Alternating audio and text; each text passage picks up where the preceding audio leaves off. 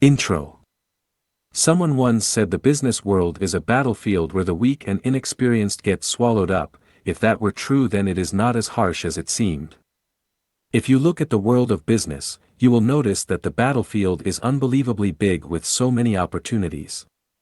However, with one wrong move or wrong planning you can lose all that you built up in this massive battlefield. Be careful who you trust and never ever take a break. A young man dared to enter this battlefield and make a name for himself, but the battlefield was ruthless. The city Randstad was the biggest business city in the world, with companies reaching from one side to the other, people selling or offering service and even security.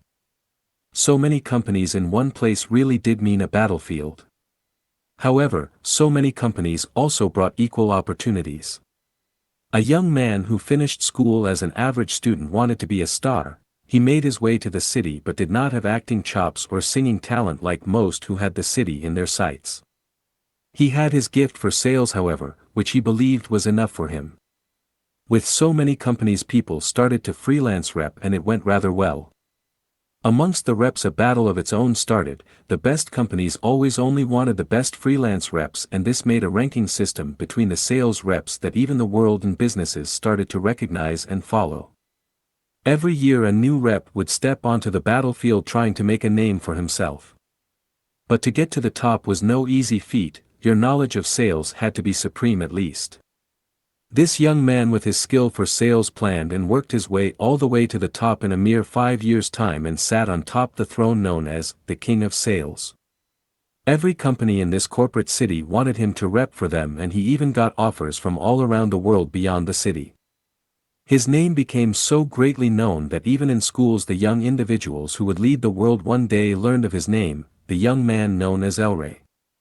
El Rey, or how his few close friends and family knew him as Ray, were not really in it for the money or fame, but because it was his passion.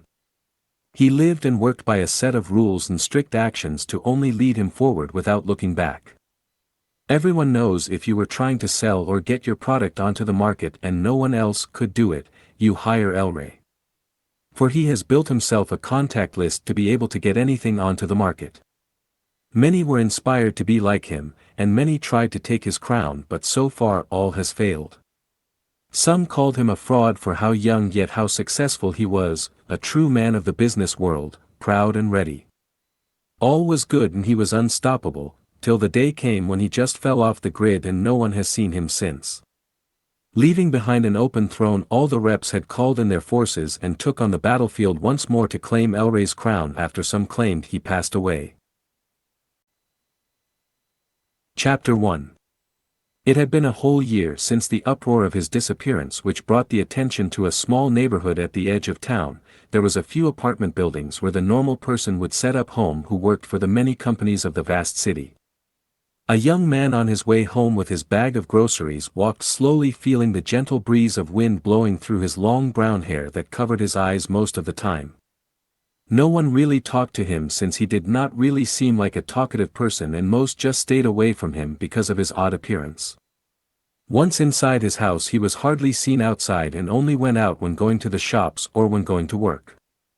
The apartments were small, with an open-plan kitchen and a granite counter that looked over the living room, down the hall 2 rooms and a bathroom, the perfect bachelor setup. He placed his bag down on the counter and started taking out the milk and a loaf of bread. The radio was on the popular FM station that most people in the city listened to for the music and business news. A gentle flick on the kettle button as the light went on. 1 cup and 1 plate were in the cupboard for only himself, as he never had any guests since he moved in. 2 sugar and 1 teaspoon of coffee, the same as he always had his coffee. He walked to the television and turned it on.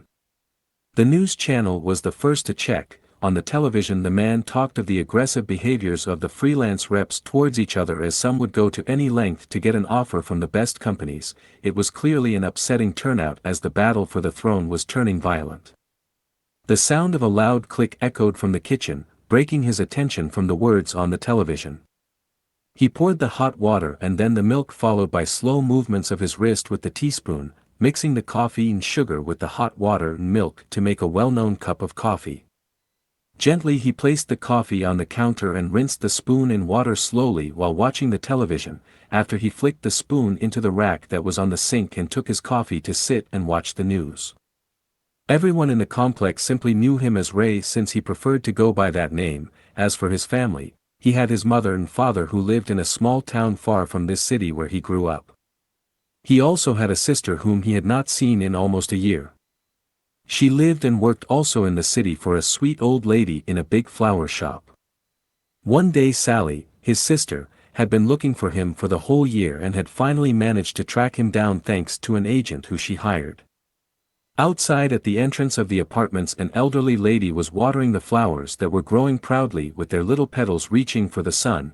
She could clearly see from the smile on her face how proud she was of the garden. She approached the lady gently and announced her presence. "Hello, excuse me," she said in a gentle voice. The lady looked up and smiled as she greeted her back. "Is there by chance a man named Elray or Ray living here?" she asked her. The lady placed her faded yellow watering can down and sighed as she said to her, "I hope you are not bringing more trouble for that young man." Sally's hope jumped up as she quickly asked the lady which number he lived at. The lady pointed to the stairs and told her apartment number 5. She thanked her and quickly made her way to the stairs. As she walked up the stairs, she could not help feeling the excitement after all this time, even if there was a chance it was not her brother. Could this really be the right place? She asked herself as she took each step with haste. She stopped at the apartment and looked at the silver 5 on the door. She placed her hand on the door and took a deep breath as she knocked on his door. There were clear footsteps coming to the door and she was ready to jump for joy and excitement, but as the door opened, both Ray and Sally froze as they just looked at each other. Her heart felt as if it had just been dumped into a bucket of ice-cold water. This was not how she remembered him at all. Elray used to have short hair brushed to one side, clean shaved with a bright smile, but now before her stood a man with messed up hair hanging half over his eyes with a stubble beard and appeared almost emotionless. A teardrop started to roll down her cheek and fell to the ground as she tried to make sense of what she was seeing. He quickly looked down as he felt the embarrassment standing in front of his sister who always used to look up to him. For her to see him like that, he knew it must have been awful. He could feel what she was thinking. He knew he was beaten and wished for so long for her not to see him like that, but there she was in front of him. Sally stepped forward. Gently she said his name to make sure it really was him, but he looked at her and quickly looked away again while greeting her by her name. She suddenly stepped forward and wrapped her arms around him as tears of joy came rushing down her cheeks. As she held him, she was soon feeling sad as all she felt from him was pain and disappointment. Through her crying she tried to ask him so many questions. How did he get like that? Where has he been all this time? Why did he not contact her at all? He guided her into the apartment and sat her down on the couch. His heart was aching seeing his sister cry like that, but he also knew why she was in that state.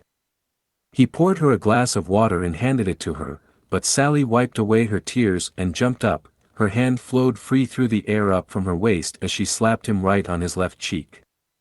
The sting from her hand burned as he just turned his head slowly back to her. She grabbed his shirt with her shaking hands and started yelling at him out of frustration that he should have come to her first. Gently he took her hands and pulled them off his shirt as he said with words that sounded so hollow, "There is no reason for you to see me like this, Sal." As he walked to the counter, she suddenly wrapped her arms around him again from behind. "I am your sister, please don't be so cold. What happened to you?" He looked at the dripping tap as he felt her holding on to him. He remembered that apart from him being the sales king, he was also happily in love with a beautiful woman who he was engaged to. They were like the perfect couple to the public eye, with everything going well before his fall. He also had close friends whom he trusted, as one of them was even another sales rep that pursued the throne. They called it a good friendly rivalry, as a rather odd friendship formed out on the battlefield with friendly competitions and many times helping each other as well. The biggest and most successful company in the city, Starco, hired him for a month's contract, till they learned of his contacts book where he kept all his contacts for the many great success sales and deals. The owner of the company came up with an idea where he thought that if they could get their hands on that book, they had the power to cut out the middleman, that being the reps. They knew he would never simply hand over such information, so they offered him to come to work only for them for an astonishing amount of money, but he refused. After many offers and deals over a long period of time, they decided to take more serious actions and use blackmail. They told him if he refused, they were going to take away everything from him. El Rey called their bluff, and soon after they revealed that his fiancée and even most of his friends all were working for Starco, and it was their jobs to be in his life as lover and friends, all except his rival, who they said was of no concern with his lack of business skill. After investigating, he discovered it was all true, and instead of giving in to their blackmail, he completely gave up and stepped down from the title as King of Reps. Ever since then he had lived under the name Ray and started working a simple job as a packer at a factory. He often listened to the reps as the struggle began with his sudden absence. No one at his new job knew who he was because his looks had changed much compared to the face the world had known. After explaining it all to Sally, she felt bitter. She knew all he wanted was to be a sales rep and help companies who struggled to grow. That was one of the biggest reasons he grew his knowledge and studied so hard to become the best. She remembered him staying up late nights and days learning and understanding the market. She felt so bitter that she wanted to act against them all, but what could she do? She was simply working at a flower shop which he helped her get when she came following him after she finished school. Whenever times would get hard, she would remember his determination and hard work that carried him through, but to see him broken simply because of greed, it just did not feel fair. For the rest of the day, she stayed at his house, and even though he did not notice it, she was starting to cheer him up. For the almost first time in that whole year he was laughing and enjoying himself as she talked about her great time at the flower shop and her new life. Ray looked at her. He felt proud of her for being so strong and independent, but the time had come for her to go home. He walked Sally to the bus stop. Under the fancy new bus stop booth, they sat till the bus came. He did not know what to say to her as they sat in silence, still feeling the hurt of her having to see him like that. The bus arrived as she suddenly got up. He looked at her feeling there was something to be said, but he dropped his head again with the only words he could say to her. "I am sorry, Sal."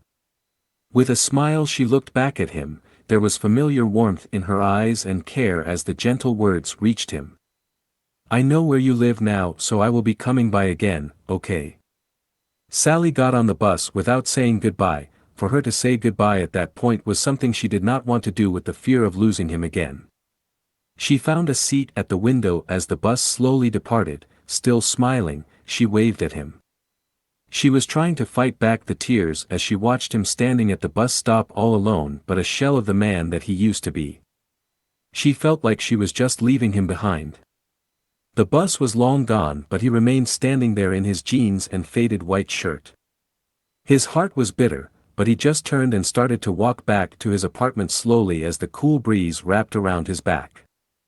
The bright and beautiful peach glow that was resting in the sky had turned to darkness, with stars spreading over the night sky with a touch of clouds here and there. He just sat on his couch with the curtains opened and a light draft of wind blowing in. The ash on his cigarette had burned halfway down as he just looked up at the half moon in the sky with all the lights off. The sound of dripping water from the worn-out mixer echoed from the kitchen, but his mind was on the day that had passed. All he wanted was to settle in this apartment and work a normal job and leave the life he had behind. Thinking back on it, all it brought him was pain and sadness. With Sally, that had found out where he lived, he had to explain to her what happened, and it brought up old feelings that still lingered.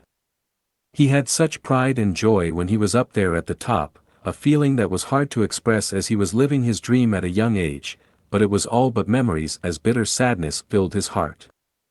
At Sally's home she was sitting in deep thought. After she had finally been able to find her brother who she had not seen for a year, she was exposed to a side of him she never thought would exist.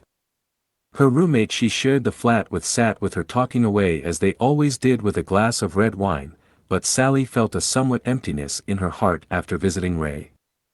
On the TV she heard a lot of people who gave up or had a fall but never really put her mind on it. She even had the thought of them to be only weak-willed, but after seeing her brother who had fallen and given up, she could not help but feel those feelings of unfairness and helplessness inside herself. Chapter 2. The next morning sunlight gently eased over the floor up and Ray's legs and soon warmed up his head. He opened his eyes and sat upright with a loud sigh. The first morning coffee was like feeding the soul, and like millions of other people around the city it was back to work. He stepped out, locked his door and slowly started walking to the stairs while looking up at the clear open sky like every morning, allowing the moment to soothe him. Many would be confused as to why he was working when he was well off. He did not really have to work for a couple of years at least if he just lived of his savings, but the reason for him to go to that ordinary job was to keep himself busy and his thoughts occupied. Nothing scared him more than having to sit day in and day out with the memories playing over and over in his head as a constant reminder of the life he had. Though even his current job was not doing it, he was getting used to it, and the thoughts slowly started haunting him again even at work. The reminder of Jessica, his fiancée, and the friends he held so dear all around the barbecue on a weekend with a beer, laughing and chatting. Many nights he and Jess would go out for the night and just explore the town. They would visit restaurants and simply be in love like a happy couple. As the daily work progressed, the floor manager called him to his office suddenly. Everyone looked at him. For the manager to call someone to the office was rarely good. He finished packing and wrapping a pallet of boxes that was to be loaded. After it was the long walk down a hallway of the factory between the machines with everyone's eyes on him with pity and fear. Upon reaching the manager's office, he knocked on the door and heard the manager talking to someone inside. The manager called out for him to enter. He slowly opened the door to find the manager standing behind his table looking all excited, and opposite the desk was the company owner, Mr. Ross, with a big grin. He walked in while quickly taking off his cap as he greeted the owner as best mannered he could, for when he was young his parents always told him to respect your boss. Mr. Ross burst out in laughter and grabbed his hand, shaking it with a mean grip. The boss is a big man with a big gray beard and no hair, with an expensive silk suit. Ray looked at the manager, and the manager was smiling and asked him to sit. Just as he sat down on the fancy leather chair, the boss also sat next to him on a plain old stool. He was confused as to why he was there, since the boss and the manager only laughed as they looked at him. The manager walked around his desk as he asked him suddenly, "How in the blazes is it that the greatest mind in sales ended up working on our floor as a simple packer?" Reality suddenly struck him as everything he was trying to hide came out. He tried so hard to be just a normal person, but as they say, your past will always catch up to you. He got up and asked if they could keep it in the office between them and just let him keep working as it was, but the boss stood up next to him also with a bit of aggression, saying out loud, "Nonsense." Ray looked up at him, remembering how he used to fear guys like him, but eventually realized they were but mere human also. Mr. Ross told him he had to move to their sales department starting the next day, as he had a feeling about him since he started there. Ray knew better though. There was no feeling nor random happenings. Someone told them who he was, and they were trying to sugarcoat it. Mr. Ross did not look like the type of person who even knew who worked on his floors, let alone having a feeling about a worker. He went quiet for a moment looking at them. For them it was like they had found gold, but he made a promise to not do sales in this city again and left his old life behind. Kindly he thanked the boss for the offer, but also told him he was not interested. Mr. Ross offered him a fancy company car and a broad salary to sweeten the deal, but he suddenly remembered the owner of Starco that made plenty of similar offers also and ended up blackmailing him in the end. He turned down the offer with a fake smile, hoping it would settle things, and just walked back out to continue his work. The boss and the manager were confused as to why the greatest sales mind in the city wanted to work as a simple packer though. He headed back to his workstation thinking to himself that there was no way he wanted to rep again, for it was only going to bring him out in the spotlight again. His co-workers asked him what the boss wanted, and Ray remained silent for a moment as the thoughts ran through his head. He knew even if he went home and thought about it there were reasons he could not do it, but that would not stop them. The boss was going to keep trying. He sighed and said that his time had come at the factory. Stones, as the other workers called him, placed his rough hand on his shoulder and apologized. Ray just smiled and told him not to worry as he started packing the next pallet with boxes. He knew this to be a constant thing, for no matter where he went and how hard he tried and blend in as a normal worker, someone somewhere will always recognize him from his papers, just as Mr. Ross did. The loud old bell rang that afternoon in the factory as the day shift came to an end. He started taking out everything in his locker as everyone placed their hand on his shoulder with a quick gentle word as they walked by. They felt sorry for him, but none of them knew the truth. Everyone said their goodbyes as they parted ways outside the factory, but just as he was about to leave, he turned back for a moment and looked at the old factory that stood high up in the sky and said thank you. On his way home he stopped at a small store that was sitting on the corner of this tall apartment building. "A Coke, please," he said through the wired barrier, and the old lady handed him a Coke as he put the coins on the counter through the small square opening. He walked on and saw a bench on the side of the park. Sitting down he took a deep breath while looking at everyone rushing by heading to their homes. He knew the only thing that awaited him at home was the dripping from the worn-out tap in the kitchen, and another night falling asleep on the couch watching some random show.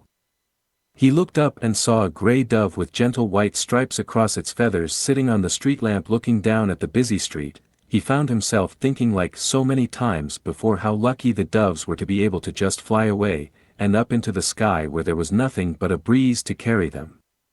Later on, as the sun was almost completely set, he got up and dropped his empty soda can into the bin as a light breeze blew through the park, sending the fresh scent of the flower beds that was spreading out throughout the park rushing by him. He remembered the cool breeze that used to blow through the small town where he grew up. It used to bring the fresh air over the mountains with the scent of nature riding on the wind. A drop fell to the floor as tears started rolling down his cheek. He knew the truth and had to accept it at some point. There was nothing left but sad memories of good times in this city. He sat back down onto the bench and took out his cell phone as he wiped his eyes to better see the screen. He stopped at his mother's number and remembered that he had not even talked to her in such a long time. The phone ringed and a gentle sweet voice answered the phone. There was no longer reason to hold back the tears as he said with his whimpering voice, "Mom, I failed." His mother knew it was him and what he meant as the whole country heard over the news of Elray's disappearance. His heart was aching, and he had no control of the tears as his mother told him not to be so hard on himself while trying to calm him down. He bit down on his finger, drawing a bit of blood to stop the crying, and took a deep breath. She was silent over the phone, waiting for him to speak. After taking a deep breath, he clenched his fist and asked his mother something that had been on his mind for some time now. "Mom, can I come home?" Without hesitation or question she told him he needed not ask, as it would always be his home no matter what happened. The city was starting to calm down as he sat there on the phone with his mother. The air was cool with the breeze bending through the tall buildings and through the park. Right there that night Ray made his decision to shift his life completely away from his dream. Chapter 3. Nearly 3 days of going around collecting boxes and packing has passed. He did not plan to take the boxes with him though, except his clothes. With a marker he wrote on the boxes the name of an orphanage that he asked the landlord to send to when he had left. As he was busy writing, a knock on the door forced him to take a break from the labeling. He looked at the door at first in confusion. He never got guests except Sally, who recently discovered where he lived. Just like always when he got a knock on his door, a sense of anxiety filled him. He was still trying to figure out how he was going to tell Sally that he was leaving the city and go back home after all those years. However, as he opened the door, his heart suddenly turned bitter as his ex-fiancée stood at his door. He was speechless. He just looked at her as she smiled and said to him, "Hello, Ray." She looked at him just standing there and told him with her soft, gentle voice, "I do not expect you to forgive me, but I came here to explain my side of it all." The day Ray walked out, he left without saying a word after finding out about the company and the truth. All he could do was just stand there as she explained her side of the story. What really hurt him the most was the words she said, that she did tell the company that he would take it hard the day he found out. He felt himself turning cold. All the time he was with her she knew what the company was planning, and there she stood telling him she really loved him. He wanted to burst into rage, but he knew it will change nothing. She stood there shaking a bit, but all he could get out as he was slowly closing the door was, "You have done enough. She looked at him but said nothing. With nothing else to say and not wanting to face it all again, he asked her to leave as the door closed.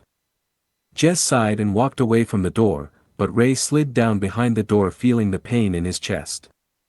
He always loved her with all his heart and trusted her with his life. To him she was supposed to be the one, his anchor. At the same time Sally came walking up the small cement path to the stairs with some takeout in her hand and a big smile. She was rather excited to see her brother again and lift his spirits a little. She even gently brushed her fingers over the flowers as she said to herself, "Now that I know he lives here, I can bring him lunch at least, or he probably will not eat properly."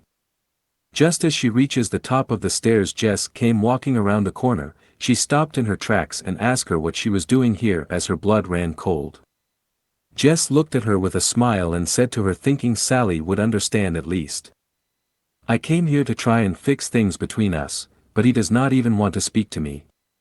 Sally felt her emotions boiling to see how calm she was. She remembered what Ray had told her of Jess, who was paid to act as his fiancé and lover. Jess asked Sally how she was doing when suddenly Sally dropped the takeout and slapped her. She felt the sting on her cheek and looked back in shock at Sally but saw her running to Ray's door. She knew nothing was going to change no matter what she said or did from there on, and just left feeling embarrassed while holding her cheek as it turned red with a tear rolling down her cheek. With fist banging on his door, Sally called out to him, even trying to open the door. He was sitting against the door, and then she heard him mumble something she could not make out. She crouched to hear more clearly the words he was speaking and heard him telling her how he hated feeling this way. She pleaded with him to open the door and let her in when suddenly the door opened. Before she could even take a breath, she saw him standing there with tears dripping from his chin as he asked her how he could make it all stop. She wrapped her arms around him, and he started crying as she felt him shaking in her arms. It was completely impossible to say that it was her strong brother she used to know, as even she started to tear up. Later Jess made it back to Starco. She headed straight up to the main office and just busted through the door, ignoring the secretary. The owner looked up at her, seeing her red cheek and the finger marks from the slap as he asked her what happened. She turned her head away and told the boss about the outburst of Sally. He suddenly burst into a state of rage, telling her to place a charge against her, but Jess just walked up to his desk and slid a resignation form onto the desk as she said to him while looking him directly into his eyes, "I am done. No longer will I do your dirty work. This went too far, as I warned you people. That man did not deserve this." She walked out and the boss just looked at her without saying a word. He clearly did not expect this from Jess, as she was one of the most loyal to the company. Back at Ray's apartment he sat with a cigarette after Sally calmed him down. She looked at the boxes and asked him where he was moving to, thinking he was simply changing address again, but he exhaled a ball of smoke and said to her, "Sal, I can't do this anymore. I have spoken with Mom and I am going back home." She looked at him with an uneasy feeling and quickly interrupted him as she clenched her fists. "You can't just leave, Ray. Take some time and speak to someone so you can heal before you give up on your dream." He, however, just remained quiet and pulled again on the cigarette. There was a sense of thought that she had no idea what he was feeling. However, he did not say anything. Sally grabbed her bag and told him she was going to be back soon. As she stormed out the door, she rushed down the hallway and down the stairs, quickly out of the apartment's yard and down the road towards the shops. If anything, she could at least have a meal with her brother like she had planned to all along. Ray looked up at the late afternoon sunset turning the sky peach as the sun started to lean over the clouds. He knew Sally would not just simply let him go like that. She had always been like that though, always followed him wherever he went no matter what. Later Sally returned and walked in the door saying, "I hope you don't mind microwave food." She walked to the kitchen and placed the bags down, but when she turned towards him, seeing there was no response, she walked closer to check on him. She found him lying on the couch, but he was fast asleep already. She let out a sigh but smiled a little, seeing how he calmed down at least. With one of the boxes still standing half open with blankets, she pulled one and covered him gently, seeing as how peaceful he seemed.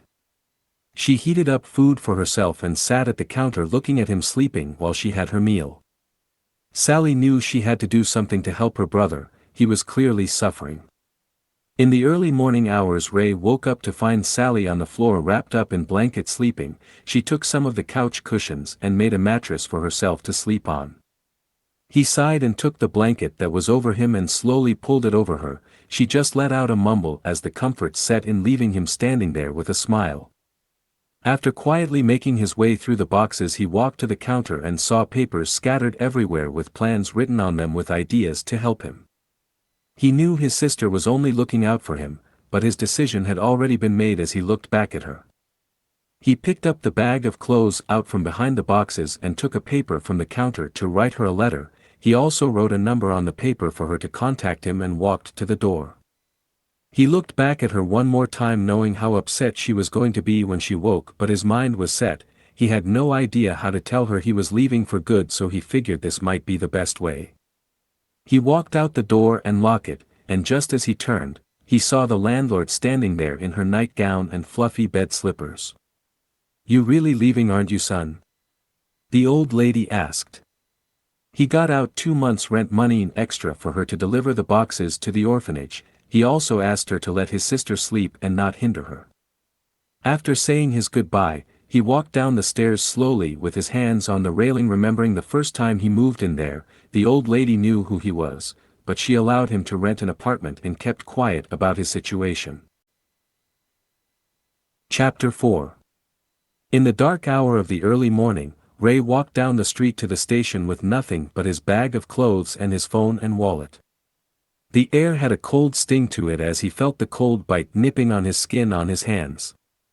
He looked around the streets he was probably not going to see again and smiled with the memories. It was as if his soul was saying bye to the buildings that he had gotten so used to seeing.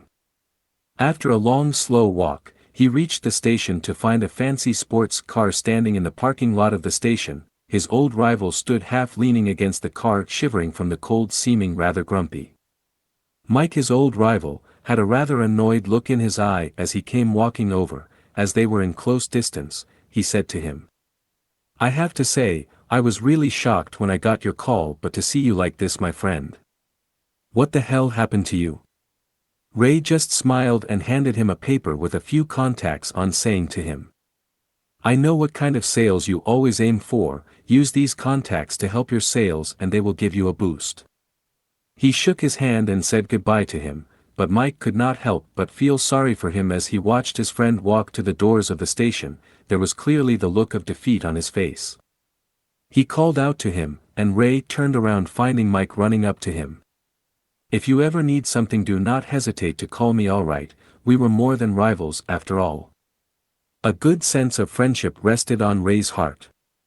He thanked him before walking into the station, lifting his left hand up to wave to him.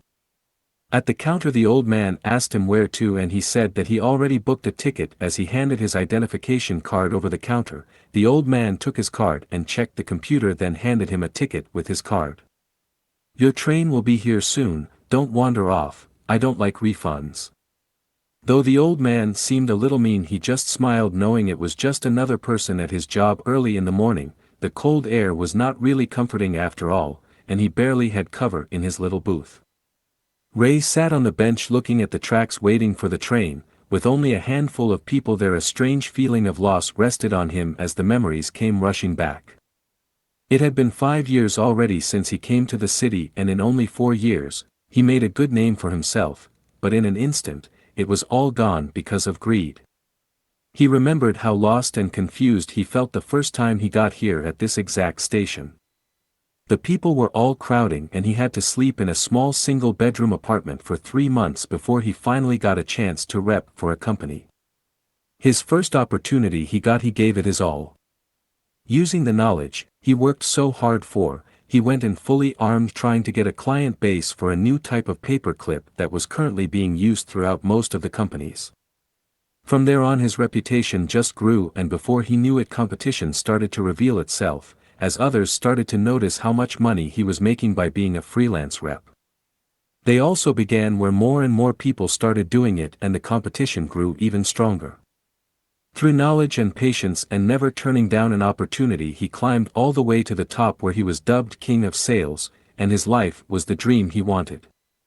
The loud whistle of the train shook him back to reality as the train entered the station. The doors opened but no one got off. He stepped inside and found an empty compartment and closed the door behind him.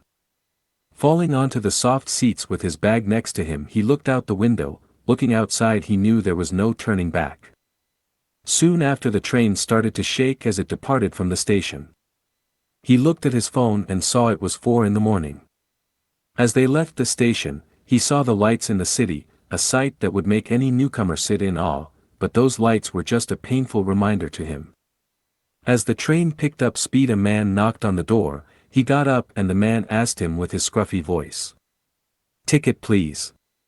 He handed him the ticket and he crunched a hole in it. Without a word, he then moved to the next compartment. Ray sat back down at the window again and made himself comfortable as the trip was still long and had only just begun. The ticket read it was to be a 2-day trip by train to his hometown, however he knew often things could delay such trips. He gave a long yawn as he watched the world speed past him outside the window.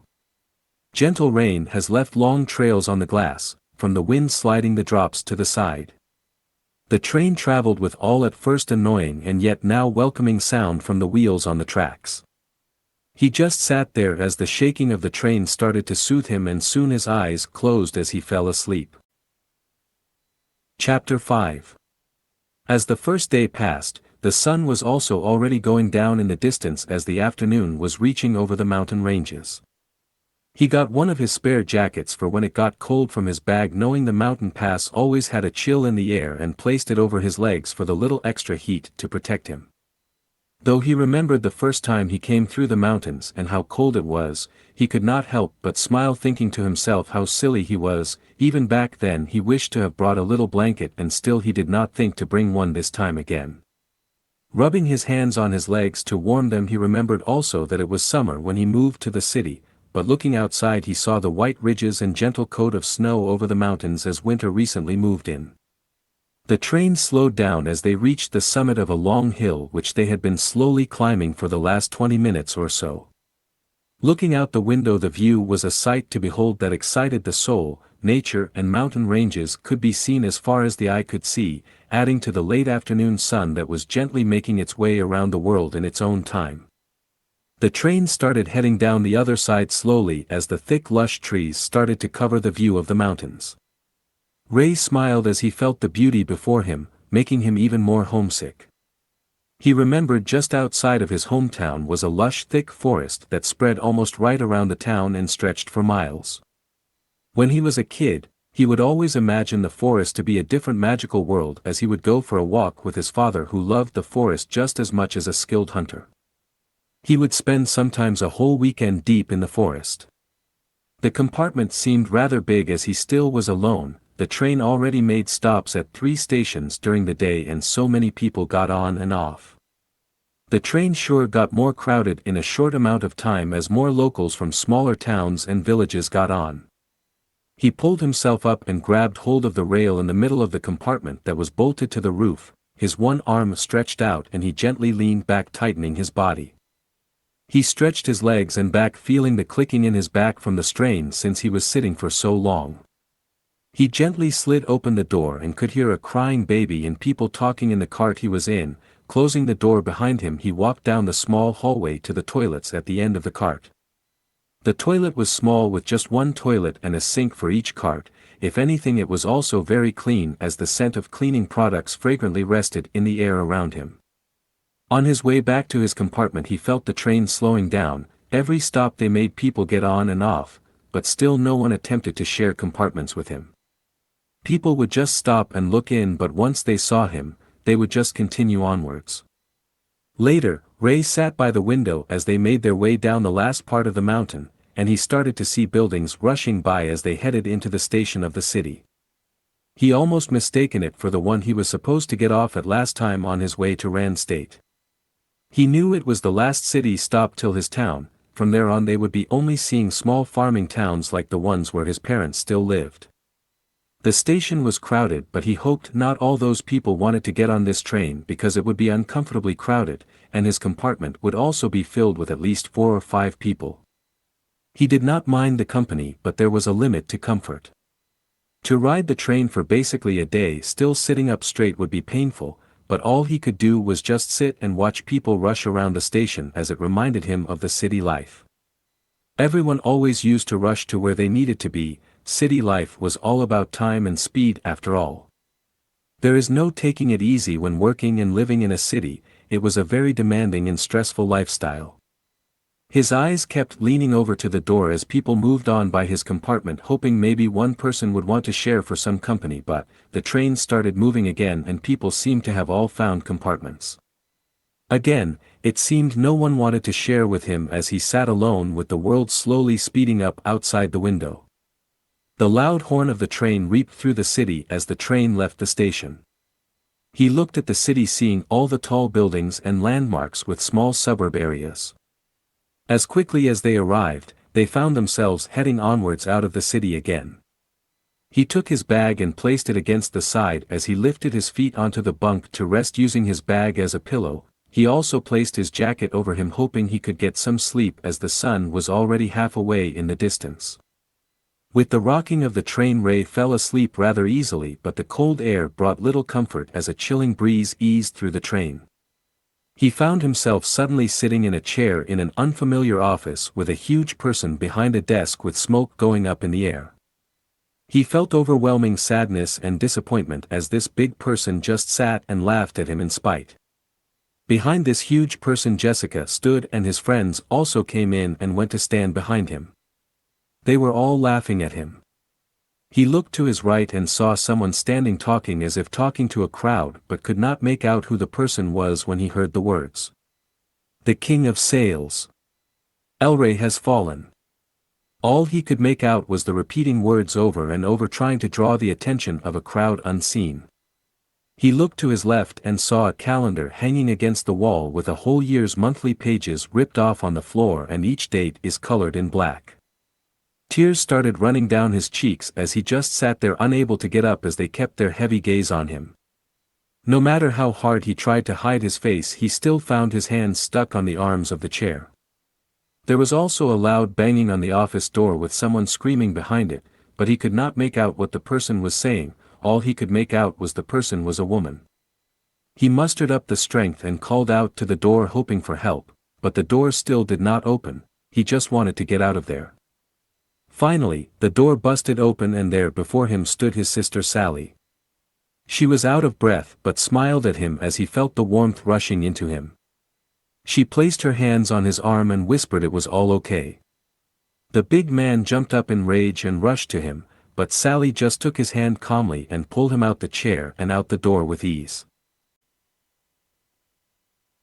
Chapter 6. Out in the mountains on the tracks, the train slowly kept tracking forward. The air cool and a calm aura in the train. Ray was asleep but stuck in a nightmare which has been haunting him recently. The loud horn of the train suddenly shook him awake as he jumped up out of sleep. He looked around with his heart racing and his hands shaking, but did not see the big man or Sally. A bitter feeling rested in his heart. He placed his hand on his left ear and realized it was just a nightmare. A bump in the track shook him again and he looked around to find himself on the floor of the compartment.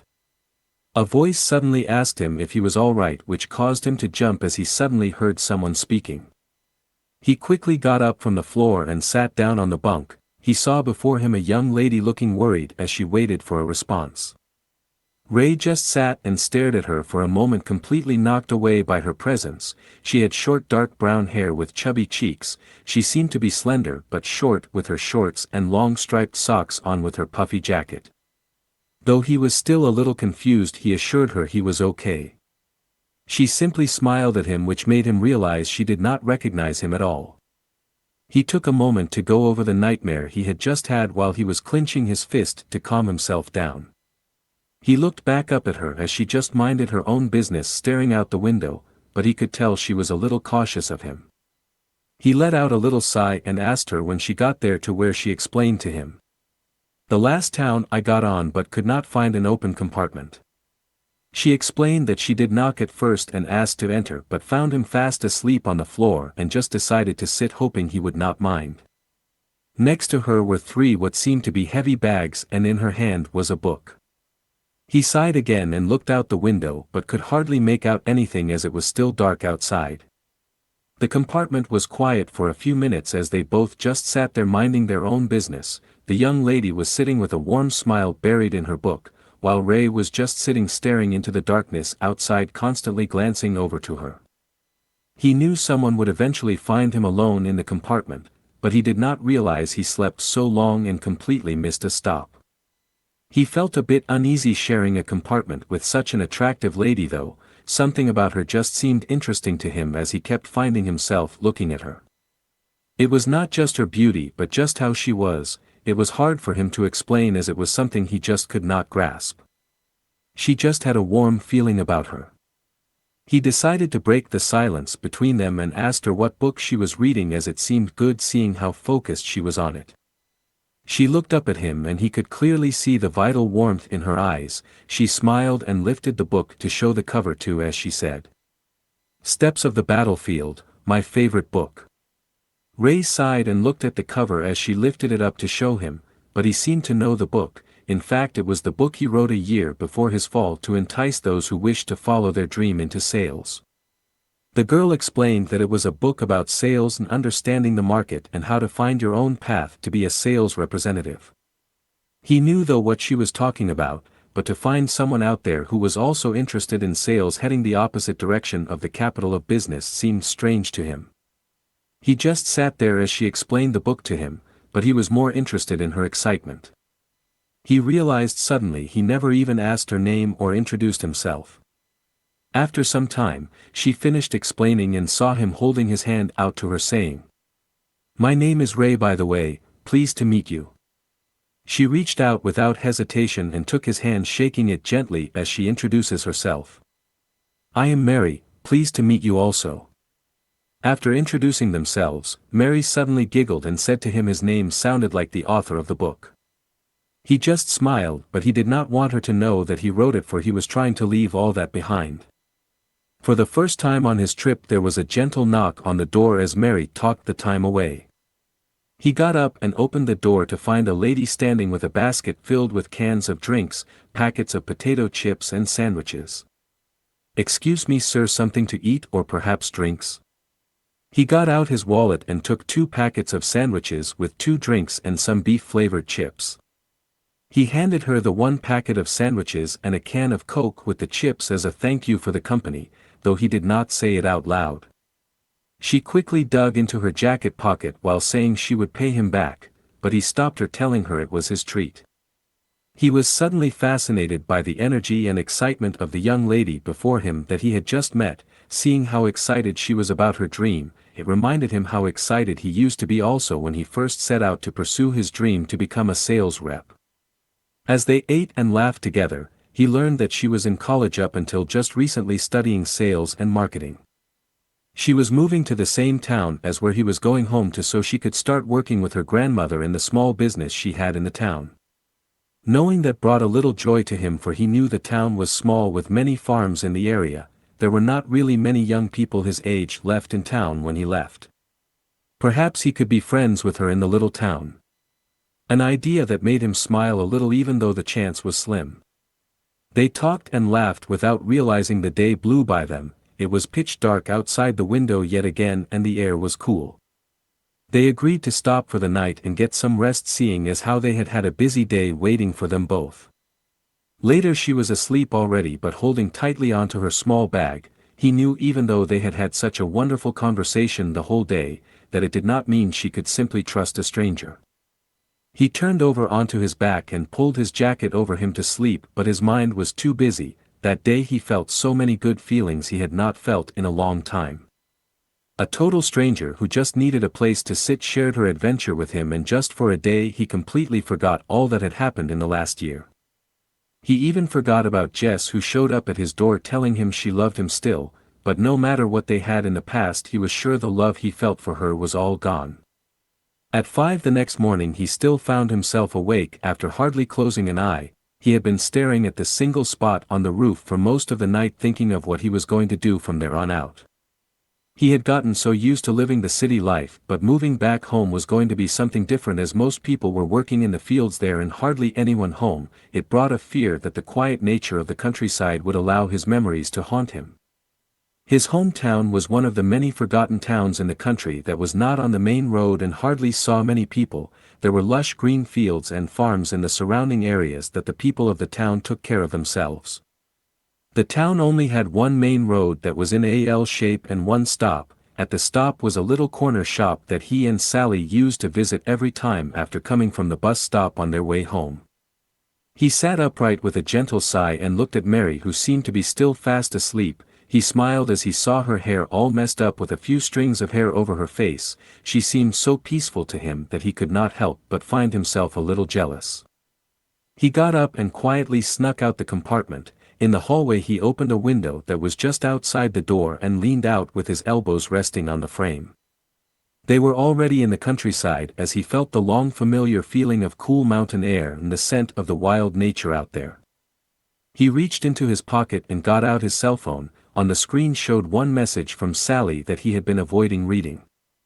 He was expecting the message to be rather bad since he just left her behind in the city like that. Knowing he had to do it eventually, he gently pressed the button to open the message and read. Ray, I am upset and angry that you left just like that, but I want you to know I understand. I cannot place myself in the situation you went through, but I guess it was wrong for me to expect you to stay here if your heart was no longer here anymore.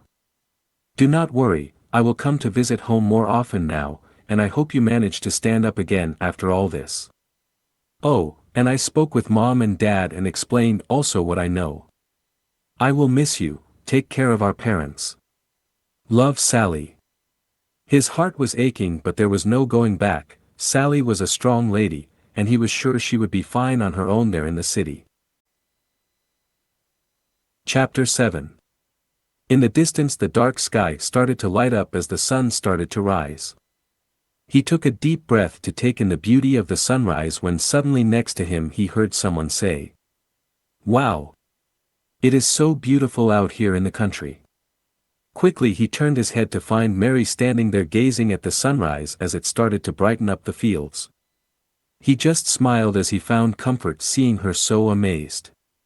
Mary rested her arms on the frame next to him as she explained to him how she used to love coming out to her grandmother there in the country. She always found it so peaceful compared to city life.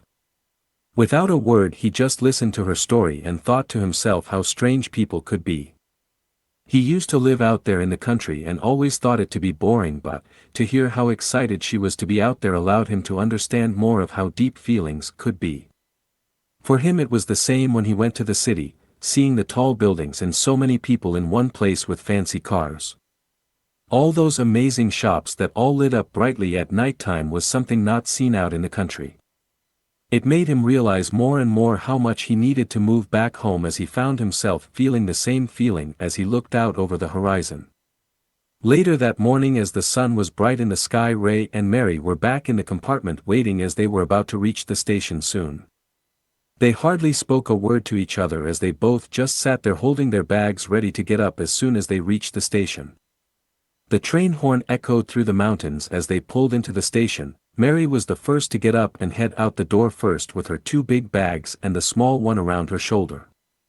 Feeling the weight of her luggage, she stumbled down the small hallway when Ray took one of her bags from her hand. "Allow me to assist." She smiled back at him while thanking him as they quickly made their way out. Once off the train the sudden rush of memories came rushing back to him. The station had changed somewhat, but he still remembered it like it was just yesterday he would get off here from school with Sally Short in tow behind him. Mary called out to him waving her hand gently in front of him. She shook his hand again as she said to him, "Thank you for letting me share that compartment. I was not sure you will mind or not, but it seems it all turned out all right at least." He just smiled as he was glad to be of assistance to her but also grateful to her that he had some company. The trip was much easier as she distracted him from the bitter reality of his current life position. In the distance was a gentle green Ford Focus with an elder lady standing next to it. Mary rushed to the car and quickly wrapped her arms around her with great joy. He remembered her saying she came here to her grandmother's, and it appeared that this lady must have been her. He walks closer and greeted the elder lady with his well-mannered greetings he learned from his days as a sales rep. "Good day, ma'am." The lady looked at him for a second and greeted him back, but he could tell she was a little worried about the way he looked. Mary quickly explained to her that she and him shared a compartment on the way there, for it was the only one she could find with an available seat. Her grandmother giggled suddenly and said to her, "Oh dear, and here I thought you brought a boyfriend home with you." Mary's voice turned all squeaky and her face bright red as she tried to correct the situation. She was clearly embarrassed suddenly, but he just smiled knowing it was a simple misunderstanding. He handed Mary her bag, wanting to give them their space, and excused himself politely as he said to them, "I might see you around in town then. I hope you have a blast here. It may be a small town, but it is very welcoming." Mary looked at him for a moment and smiled gently. He walked off and waved to her and she waved back. Quickly onto his old route he headed to the side of the road and saw them driving past him as she leaned out the window waving to him again. He smiled and with 2 fingers up and nudged his hand away from his head, trying to act like a cool guy. Chapter 8. Out in the country on an old gravel road, the country heat met Ray as he quickly found his thoughts returning to reality while walking on the familiar road. When he was younger, he used to walk this road every day during the weekdays. In the distance he could see the rooftops of the few houses in the town, the sight he used to hate to see when coming from school.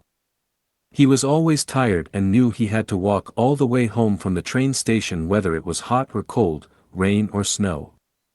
This time, however, it was different though. The road had a warm, welcoming feeling to it. On the left the train tracks led into the distant mountains with fields all around them. On the right was the small town with big trees all around casting shadows on the road all the way to the town. The path home was perfectly cool in the summer heat, and behind the trees were even more fields as far as the eye could see. He had a gentle smile as he walked down the old road. He felt how all the tension and anxiety slowly left him. It reminded him of a book he read once that nature cured stress and anxiety, but to experience it for himself was beyond anything he imagined. The familiar feeling around the town was still the same to him as he walked down the street. Shortly he reached the last house that was somewhat more separated from the others, with a big green grass yard and rows of vegetables in the back. His heart started to race, and he was shaking as he opened the little gate. Just as he closed the gate behind him with the screech from the old hinges, his mother stepped out of the house and just stood there with a smile. Tears started rolling down his cheeks as she walked closer, feeling suddenly how heavy his jacket got in his hand. With her warm smile and open arms, she walked over to him and like a kid he called out to her with his whimpering voice. She wrapped her arms around him to comfort him as it all just started coming out that he held back for so long. In the arms of his mother everything just fell from his shoulders that he carried this whole year. All the anger and sadness that was building up was suddenly destroyed by a mother's love and understanding. He knew right at that moment he had made the right choice coming home. She brought him inside and sat him down on the couch as memories of his younger years rushed him. His mother went into the kitchen to get him a drink while he looked around, seeing it was all still the same as how he remembered it, the smell, the sounds, and even the sound from the wood floors. She returned shortly with a tray with 2 cups. She placed 1 cup on the coffee table in front of him with coffee. The gentle foam on top seemed much more alluring as she sat down opposite him and just looked at him. He knew he had to talk to her about what happened even if she followed it on the news. He was nervous for some reason, but perhaps it was the first time he was about to fully talk openly about what happened. He knew he could not hide anything from his mother, for she knew when he was hiding something from her. Easing into it, he took a sip of the hot coffee and started explaining from the beginning how it all started, where he finally reached his dream of being a sales rep after being given a chance. She sat quietly as he shuffled through the emotions and listened carefully to everything he had to say. She could see he was hurting after giving up on his dream like that, but she understood the situation already. His explanation simply cleared up the blank spots. With moments of pause to pull himself together every couple of minutes, he held nothing back. Ray knew he had to talk right at that moment or keep it all inside, but he also knew that keeping it in would only hurt him more than how much it was hurting to talk about it. From morning till late the afternoon and several coffees with cigarettes, Ray finally ended where he decided to phone her to come back home as he hung his head down with a big sigh. She got up and helped him up also by taking his hand. Gently she wrapped her arms around him, hugging him without saying anything. Words were not needed as he felt better simply feeling his mother's warmth, but the thought of him quitting was still haunting him. The door opened and his mother let go of him as he looked at his father, who was stopped in the door. He had always been a puzzle to him, for he rarely showed emotions, but he also knew his father was a true family man and cared a lot. He walked over to his father slowly and greeted him, but the rough old man grabbed him by the shoulders and pulled him in close to embrace him while saying to him, "Welcome home, bud." The warmth of his mother and father was just amazing. He could not believe how much he wanted to get away from it, but it just felt like everything was going to be okay from there on. Later, with his bag, he made his way up to his old room. He opened the door to find everything still in place like it was 5 years ago. His mother stood behind him and said, "We left it just like you two left your rooms. Perhaps one day we thought you might come visit again and see your old room just the way it was." He smiled, seeing his old room and feeling the nostalgia from the surrounding walls. Just like old times, he dropped his bag next to his bed and fell onto the bed like he did when coming from school. He started laughing and sat upright again, scanning the room once more. His mother looked at him and he said to her, "I am home." She simply smiled and with her caring voice said, "Welcome home, son." For the rest of the evening, he took the time to go through his old stuff in his room. Going from box to box and drawer to even the smallest hiding spots in his closet, he was just feeling himself settling back into his old room. He looked at the clock on the wall that was standing still at 3 in the afternoon. The batteries must have run dry a long time ago. Looking at his cell phone, he saw it was just about to turn 6. Feeling somewhat impatient, he looked at his door and waited. Only moments later, just like he was hoping for, a voice echoed up the stairs. "Ray, are coming down for dinner." He jumped up and rushed to the door, opening it with haste and call out like he used to, "I will be right down." He looked back into his room to make sure it was all real before walking out. The hallway was quiet, and the old wooden floor screeched with every corner and edge he knew so well, but he stopped at Sally's door. Gently he opened her room door and looked inside, seeing her room again. She had always been very girly, with the fluffy plush toys scattered all over her room, on the bed, her desk, and even on the top railing of the curtains. He remembered her sitting at her desk like always at around that time as she wrote in her diary or doing homework. He could still remember how she would turn around to him and just smiled, right before biting his head off about him not knocking and warning him not to look at her diary though. Somehow, he felt he had let her down since she was always chasing after him. She even followed him to the capital city the moment she finished school. At dinner his parents were talking about the day they had and catching up with him, but the first question his mother asked him was, "Why did you not call us in the last 5 years?" He did not know how to answer but decided to tell them the truth. He was too focused on his daily life and enjoyed chasing his dream to the point that nothing else mattered to him. After saying it he realized just how bad it sounded, but his parents just burst into laughter at the answer. If it was someone from the city, they would certainly be upset and start an argument. He clearly forgot how calm the country folk were. They also let him know that most of the people that used to live there had moved away except for them and the sweet old lady from the corner house, or as they knew it, the lady with the little shop. All the other residents were new.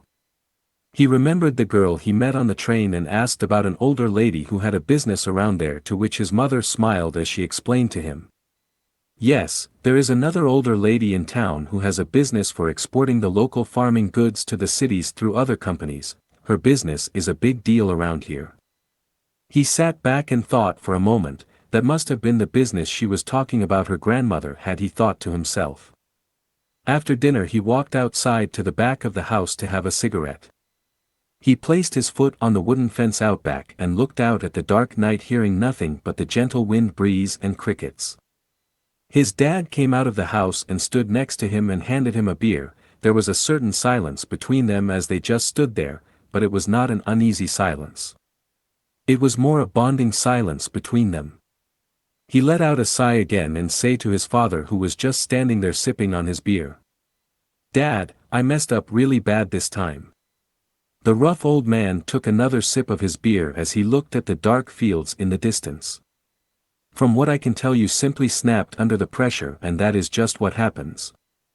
All that remains now is you must stand back up again, or you will always blame yourself like you are doing now." Hearing his father say that made him realize how many times the old man gave him advice in the past and how he wanted to do things his own way. His advice was just what he needed, as he understood the true meaning of it. He was not sure how to move onwards from that point in his life after it all though, but it was like his father said to him, he just needs stand up again. His parents had always been early to bed for as long as he could remember, but they also got up early to start the day. The house was quiet with the soothing sound of crickets and the wind cruising slowly from the mountains over the little town. There were no sounds of cars driving in the roads or people randomly talking and laughing at any given time during the night. There was not even any distant music or the smell of smoke or anything in the air. Why he chose to want to move to the city almost slipped his mind after feeling just for one day how nice and calm everything was out there away from the rushed life of the city. He turned onto his side and picked up his cell phone. There was a message from Sally again that read, "Hi bro, Mom phoned me earlier and told me you made it there safely. I hope you relax now and let go of it all. I really hated to have seen you like that. Oh, and don't forget to call me every now and then, okay, love, Sally." She was younger than him but so supportive, which brought him to think, perhaps he should not have shut her out that whole year. She could have supported him through it because he had no one really. He kept to himself for too long, but the deed was done, and he had to look forward from here as per the advice from his old man. Chapter 9. The next morning Ray slowly opened his eyes from one of the best night's rests he had in a while. He quickly jumped up and hoping the previous day was not a dream. He looked around and saw his old room again and chuckled, feeling a little silly but at the same time relieved. With his arms out to the sides he stretched and heard the cracking sound coming from his spine as he yawned. The small light on his phone was blinking, so he picked it up to find himself locked on the screen as he could hardly believe what he saw. The time showed it was already 10 in the morning when he normally got up at 5 to start the day. He quickly got up and felt refreshed and ready for the day for some reason. He got dressed in a hurry from his backpack that he never unpacked and rushed downstairs. In the living room his mom was sitting with her laptop open and with her phone next to her. She was talking to someone for her own business she had online. She smiled and waved at him while still talking on the phone, but also pointed at the kitchen while saying in a whisper, "Fresh coffee on the stove." Ray walked into the kitchen to find the old kettle on the stove with the aroma of fresh grinded coffee beans hanging in the air. He got himself a cup and poured the coffee and added 2 sugars. Quickly he rinsed the coffee and held the cup under his nose and took a deep breath through his nose and smelled the strong scent of coffee satisfying his palate.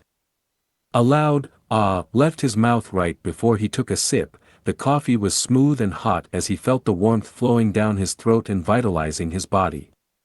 He pulled out one of the chairs from under the table and sat in the slither of sun that was gleaming through the curtains.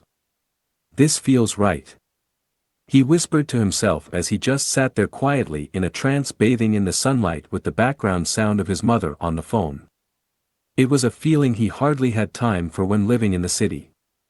After morning coffee and breakfast Ray was back in his room going through his old clothing. It no longer fit him, but just to see them again felt good. After sorting and bagging the clothing from his younger self he headed downstairs to his mother with the bags. "Mom, these old clothes of mine no longer fits. Perhaps we can donate them." Still busy with her work she looked at him and agreed with him. She told him to place it in the corner behind the couch for the time being.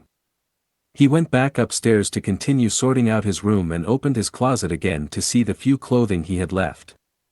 It was clear that he needed to get new clothes, seeing only the clothes from his backpack hanging there. Later he sat on the couch opposite his mother and asked her about a shop nearby or a mall with clothing shops. She bends her laptop screen forward and sat back to take a little break while she said to him, "You know, Just up over the mountains there is a small town that has been growing so well lately, it is pretty much a small city now, why not go there, I am sure you will find something. He remembered the small town from when they were young, seeing as how they would take the train with their parents to it, but, to hear it has grown so much kind of surprised him. He knew it was worth checking out at the very least. With no further questions he rushed back up to his room and grabbed his cell phone and wallet, then made his way down again. He quickly popped his head into the living room, telling her he would be heading over to that town to see, before rushing out the door. She just smiled and let him go, knowing she no longer had control over him as he was a man already, but also it was good to see him livelier than he was when he got there. The day was warm and the walk to the station felt somewhat quicker, so he did not miss the late morning train. He got to the station and asked, and the next train arrived, but, just as he asked, he heard the train in the distance. "One ticket please," he quickly asked with great excitement. The lady gave him a ticket and he rushed over to the seats as the train slowly came moving into the small station. He got on the train just in time and found an open compartment easily. The train departed shortly after stopping. Since there were only a few people at the station, he looked out the window and saw his house far in the distance, still feeling that strange calm and warm feeling. The seat opposite him was empty as he remembered Mary, who shared the compartment with him when he came from the city. He wondered how she was doing while watching the world speeding outside the window. Ray took the opportunity to collect his thoughts about what he needed to buy as the train started to head into the mountains pass. The cabin got cold as the sudden darkness fell over them from the tunnel they had just entered. It looked as if they were heading into a completely different and much colder world, but he did not remember the tunnel from when he was young. Perhaps it was because he and Sally were always playing and never really bothered to look outside as their parents always sat at the windows. After leaving the tunnel, the struggle up the mountain was a somewhat long and slow journey. He found himself more fascinated by the view out the window than ever, seeing so much green and lush plants growing on the side of the tracks. Finally reaching the top, after some time the cabin heated up again as the sun started to reach over the cabin. He was almost standing as he saw the breathtaking view from the window far into the distance from the top of the mountains. In the distance he could make out the town he was heading to and realized what his mother meant when she was saying about it basically turning into a small city. The cabin got cold yet again as the train started making its way down the mountain. This time the cliff was on his side, leaving him with not much to see. He slid his finger over his cell phone to unlock it, finding no new messages. He scrolled down to his sister's number but paused for a moment. For some reason he was having a hard time bringing himself to phone her. He knew he had to phone her at some point, or she would be giving him hell about it. He just sighed and with one touch he waited as the phone started to ring in his ear. His heart was racing a bit, but just as the ringing stopped, he heard Sally's voice. "Hello, Sally speaking." For a moment he just remained silent as he smiled. She said hello yet again as she did not get a reply the first time and waited. He took a breath, calming his thoughts, and said to her, "Hey sis, it's me, Elray." Sally's voice revved up high notes over the phone as she excitingly called out to him. He could not help but laugh as she threw so many questions at him all at once. He told her how he was doing there and how he felt after being back home. She was happy to hear he was doing better, but he could hear sadness in her voice. He explained to her how their mother kept their rooms the same way, hoping to cheer her up a bit, and could hear her laughing, but quickly followed with a warning for him not to go into her old room. It was like nothing had happened at all as they sat and talked over the phone. She was telling him all about her work again and how she was enjoying working with the flowers. He just listened to her getting excited as she explained things about the flowers that he had no idea about. He really loved his little sister, and to hear her so happy always brought him great joy despite the sadness he could tell she was suppressing. The vibe of the conversation quickly changed, however, as she started to tell him how the fight for the throne seemed like was starting to enter its peak. The smile was no longer there as he told her, "I really wish them the best of luck. There will always be someone for that throne, it's only a matter of time." She picked up how calm he was and asked him why it was so. He just explained that he held no more interest in the title anymore in a short sentence. She could tell it was a touching subject as she just answered with a discouraged "oh."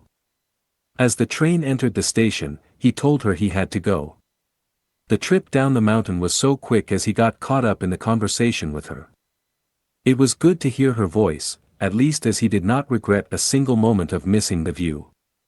He stepped out of the train onto the platform when the sudden rush of a city life feeling came back to him. Everyone around him was rushing and not one of them was stopping to look around them. He realized how similar he was to them. The tired and hollow look on their faces said it all. Getting out of the station, he started to make his way to the mall in the middle of this small city, but also took his time to see all the little shops and cafes in narrow and yet many streets. To him they seemed like the perfect opportunities when he was still in sales, but he just smiled and kept on walking. Chapter 10. At around 10 he saw at the entrance a young man standing trying to sell his product from a table. To him it seemed like an opportunity for an eager sales rep. Stepping into the mall, he could feel it was much cooler than outside as air cons rushed air from the vents. The smell of leather and fabric hung in the air from the clothing shops, a scent that always had a strange feeling coming along with it. He walked into the first clothing shop and started his shopping to fill up his wardrobe. Time stood still for no one as the day rushed by. He managed to get loads of clothing for himself, but sadly though, he was sitting at the station with too much luggage, feeling tired after having to carry it all back to the station. At that moment he suddenly regretted not asking his father if he could use the car. The milkshake he bought was but a drink as the humidity heated and melted the small ice particles. The station was starting to get crowded as many people waited for the trains to go home from their jobs. Most people were heading onwards in the opposite direction to where he was going, towards a larger area with many farming villages. His train arrived and he saw the crowd of people who were uneasy with this train that arrived that went in the other direction. With his bags he pushed and stumbled his way through the crowd and managed to get on the train. A young female conductor smiled and welcomed him aboard as she tagged his ticket, but he could tell she was having a long and hard day as well. He smiled and thanked her as she giggled at him, seeing him overwhelmed with shopping bags. He stumbled down the narrow hallway of the cabin and stopped at one of the compartments with the door closed. He opened the door knowing he saw no one and fell inside onto one of the bunks with all his bags when suddenly he heard, "Here, let me help you." A gentle soft voice suddenly said as she took some of the bags and placed them in the corner. He realized he made a mistake for not checking properly as he got up, thanking her for the help. As he sat down on the opposite bunk exhausted, he looked up and suddenly saw Mary sitting there smiling at him. "Wow, we meet again. Ray, was it?" He smiled and greeted her properly again as he could almost not believe the coincidence. She asked him what it was that brought him all the way out there to where he explained to her, when he moved back to his hometown, he only had that one bag of clothing and needed to come by more. He explained to her that he might have gone a little overboard though, as he laughed, feeling a little silly. She laughed along with him and said to him, "Is it not supposed to be opposite? I thought girls were the ones with many shopping bags." The train departed and the crowd of people outside watched annoyingly as the train left the station. He asked her what she was doing out there, but her mood quickly changed as she sighed with disappointment as she explained to him, "My first day of sales did not go as I thought it would." Seeing how down she suddenly was, he told her she could talk to him about it if it could help. She just smiled and explained that she was supposed to come work at her grand's place to get a client company. It was so that her gran could work through them as a middleman, but she could not find an anchor person to talk to. She sighed again. "To be honest, the jerk did not even want to take the time to speak to me, saying he had other more important duties." Ray smiled, knowing all too well what that was like, and understood her feelings of disappointment in herself. She nudged his knee with her own as she said to him, "Don't laugh at me, it is only my first day, you know." He looks at her, seeing her embarrassment, and said to her, "I am not finding your struggle funny. I am just happy to see someone who can take a turn down on their first day and still want to do it." She laughed suddenly as she did not expect such praise and told him that giving up was not an option. She explained to him that it would be like giving up her dream if she simply gave up on her first try. A sudden cold bitterness rattled inside him after she said those words, but he knew it was not her fault. She did not even know who he really was after all, but to talk to another rep like that without being recognized for once was nice in its own way. The late afternoon breeze rushed in cold air from the mountains. Mary shivered, rubbing her hands over her arms, seeing as she was only wearing a neat button shirt with short sleeves. Seeing the gentle goosebumps on her arms, he realized she underestimated the mountain pass. He went into one of his bags and pulled out a long brown coat with big black buttons and held it out to her. "It is not wise to come out this way without bringing a jacket or coat. Please try this on or I will keep feeling bad." At first, she did not want to accept the coat, but he insisted. He got up, standing with his legs apart to balance himself with his feet locked into the corner of each of the bunks. He held up the coat for her, nodding for her to put her arms into the sleeves. Mary gave up resisting as she really felt the cold biting at her skin and got up as well. She slipped her arm into one sleeve while holding onto the railing with the other hand and turned to slide in her arm into the other sleeve. She sat back down and wrapped her arms around herself, feeling the warmth the coat brought. "Wow, it is so warm, thank you, Ray, I will give it back at the station." He just grabbed hold of the tag on the lower corner of the coat and with a quick pull, he yanked it off. After sitting back down, he just looked out the window with a smile. The train started to make its way up the steep mountain pass again when Mary commented on the beauty out over the pass as the sun started to set over the valley. Looking at her sitting there smiling while looking out the window, he agreed that the beauty of the countryside sure was something special. She looked at him just sitting there quietly staring out the window with her and asked him what his reason for moving out there was. He looked back at her, seeing an all so familiar look in her eyes. He looked away again as he explained to her. "I grew up out here, but some time ago I left to go work in the cities far from here." She looked at him confused. His way of dressing and manner of speaking was so city-like. She could not help but wonder and asked him why he would want to leave city life behind to return to the countryside. He sighed a little as he explained to her that his life in the city just did not work out for him. She bowed her head, seeing something was really bothering him when he said those words, and quickly apologized. Knowing she did not mean to upset him, he quickly forced himself to smile, trying to liven up the mood and change the subject. He asked her how she liked the world of sales despite the bad first day. She quickly smiled brightly, and life jumped up inside her again as she told him that she had finally taken the first step into living her dream as one of the soon-to-be best sales reps. She was so proud of those words that she even held her arm up, pointing at the ceiling to show how high she wanted to go. He recognized that surge of life and excitement that rinsed inside her. In fact, he had seen it many times from all the great reps from the city when they started out. Even he himself had lived and experienced such excitement to follow one's dream. He could tell just by listening to her that she could keep pushing, carving her path into the rep world with such vigor. A dream like hers might become a reality someday if she kept her focus.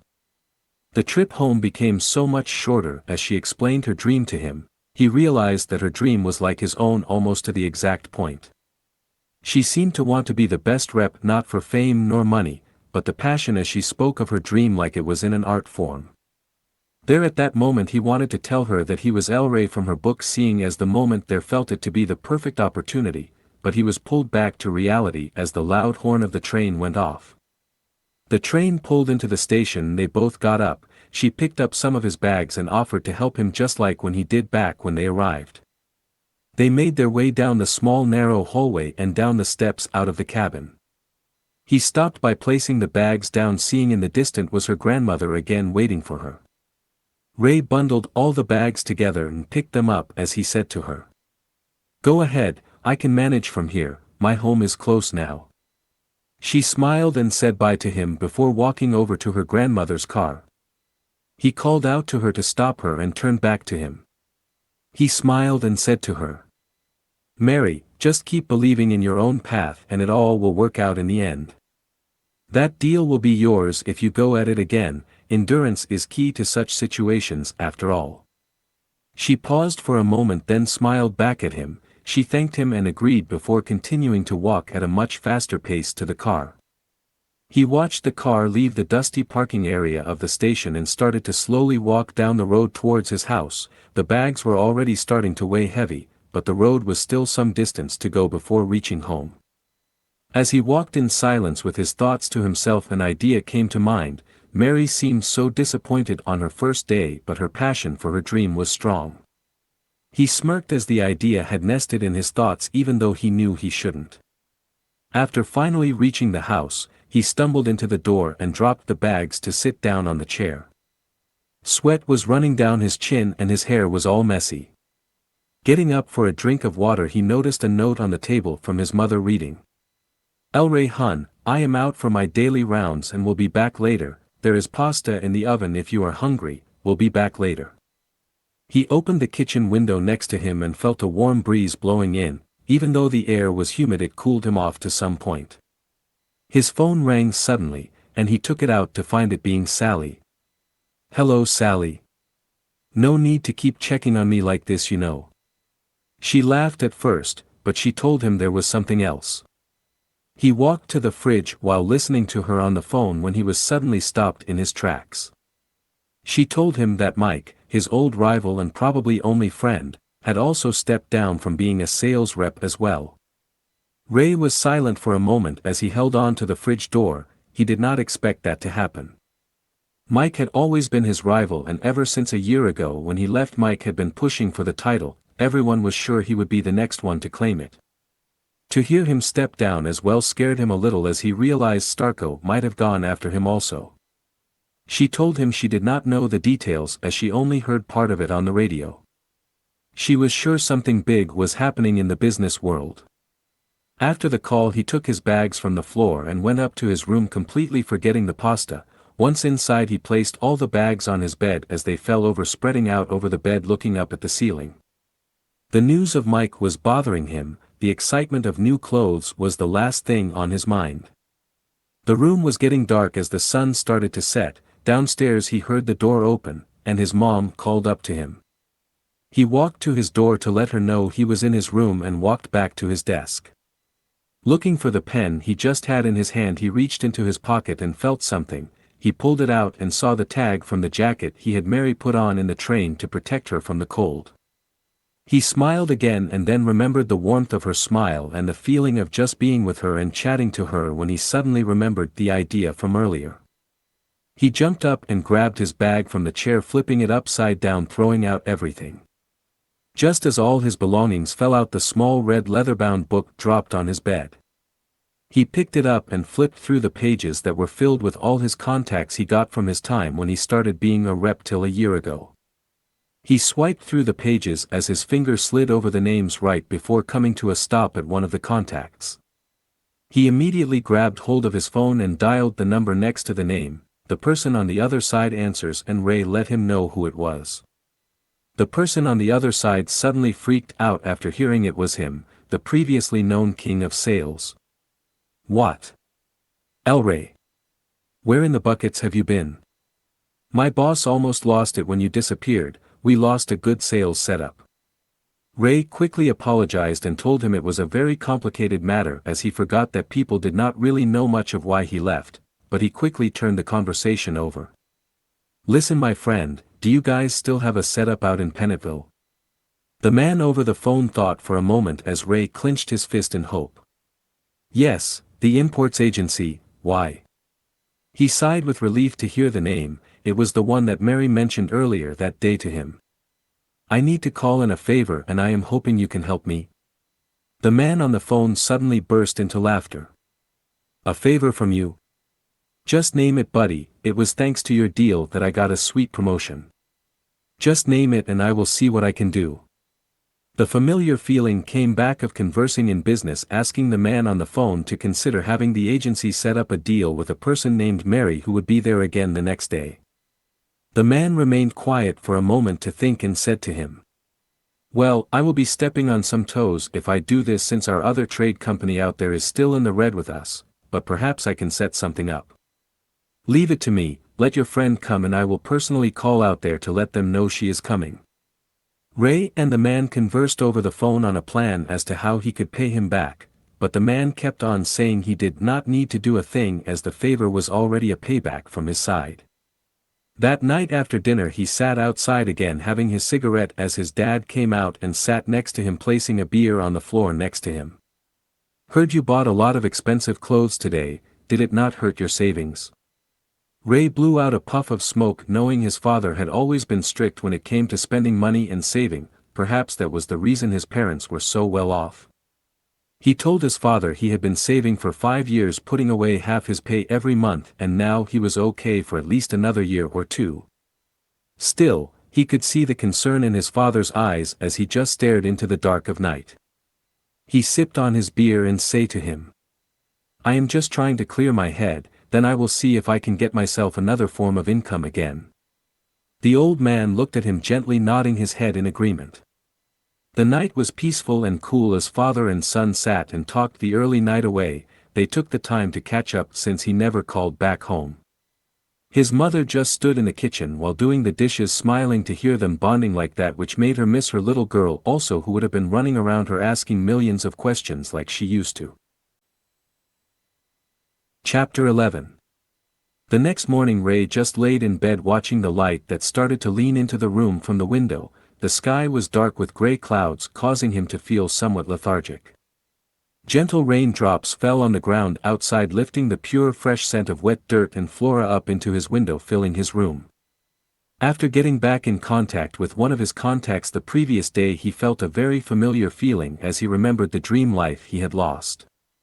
All he could do was hope that for the time being Mary could reach her dream without experiencing such bitterness. Just as he thought of that, he realized that he felt a strange feeling again when he thought of her. It was bothering him so much that he had to get up. He took a cigarette and placed the ashtray on the bed as he deeply inhaled the smoke. He dragged his hand through his hair over his face and beard that was starting to get length while just listening to the sound of the rain outside. On the corner of the chair the little book was just sitting on its own after he placed it there. He sighed as he knew sitting like that just did not work for him. He knew if he were to really clear his head like he told his father the previous night then he needed to start letting go of the pain that came with the memories. With that said he crushed the cigarette in the ashtray and got up. The house was quiet as he started to make his bed since his father left early for work and his mother was at this time in the living room, having her morning tea in silence, which was how she started all her mornings. With quick steps down the stairs, he stopped at the door and looked into the living room to where his mother was sitting. "Mom, I am heading out. I will be back later." She could see he had something on his mind and just let him go without asking questions. Ray opened the umbrella and started to walk down the road with no chosen direction. He just walked as his head started to rush all kinds of memories. He allowed himself to think about it for the first time without having the need to distract himself. He wanted to feel those feelings so he could start working through them. Back in the city Sally sat at her desk and looked outside. The sky was clear for them, and the city was waking up more by the minute. Everyone around in the small office above the flower shop was busy talking and having a morning coffee before work started as usual. Outside the billboards were all showing ads for the sales and business ideas from sales reps. She remembered how often she would see Ray's face on the billboards or hear about him on the TV or radio. But lately it was as if everyone simply had forgotten him. Looking at her phone she scrolled to his number feeling worried about him. She had never seen her brother so bad as the image of him in such a state still haunted her. Suddenly everyone in the office was making a ruckus. She got up to see what the fuss was about but, just as she stepped out of her desk Mike the rep who was next in line for the title came walking straight to her. Everyone whispered and stared as he stopped in front of her desk. "Sally, I am sorry to drop in at your work like this, but I need to find your brother." She knew her brother left the city for good to leave this all behind, so she planned to tell him she did not know but before she could answer he said to her. "Look. I know you know where he went. I stepped down for a reason and I need you to tell me where he is. There is something I really need to set right." Seeing a strange look in his eyes as he had no smile at all, she sighed and guided him outside. Outside the cars were rushing by and workers were setting out the arrangement of flowers. She closed the door behind her and pondered for a moment before telling him. Mike, my brother left the city for a reason. He is not himself, he left this all behind, and so I ask you to let him be. Mike looked down to the floor, clearly expressing disappointment, but suddenly grabbed her hand as he flared back up and said to her, "Listen to me please, this is much deeper than what anyone thought. The people, including me, think he is a quitter for just walking away like that, but I have learned the truth. Please, you must let me see him." She thought she had learned the truth from her brother, but did Mike really learn also what happened? She looked at this man who was her brother's rival, but she did understand why he was so serious, and what was the something he needed to set right. Did rivals not mean they were competing and basically enemies?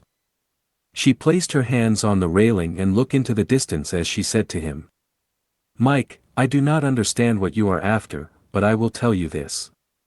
Ray went back to our hometown in the country as a broken man because of something that had happened in the sales world. That is basically the only place he has left to retreat to, don't screw it up for him." Mike almost jumped for joy as he thanked her. In the same breath he promised her that his intentions were all good.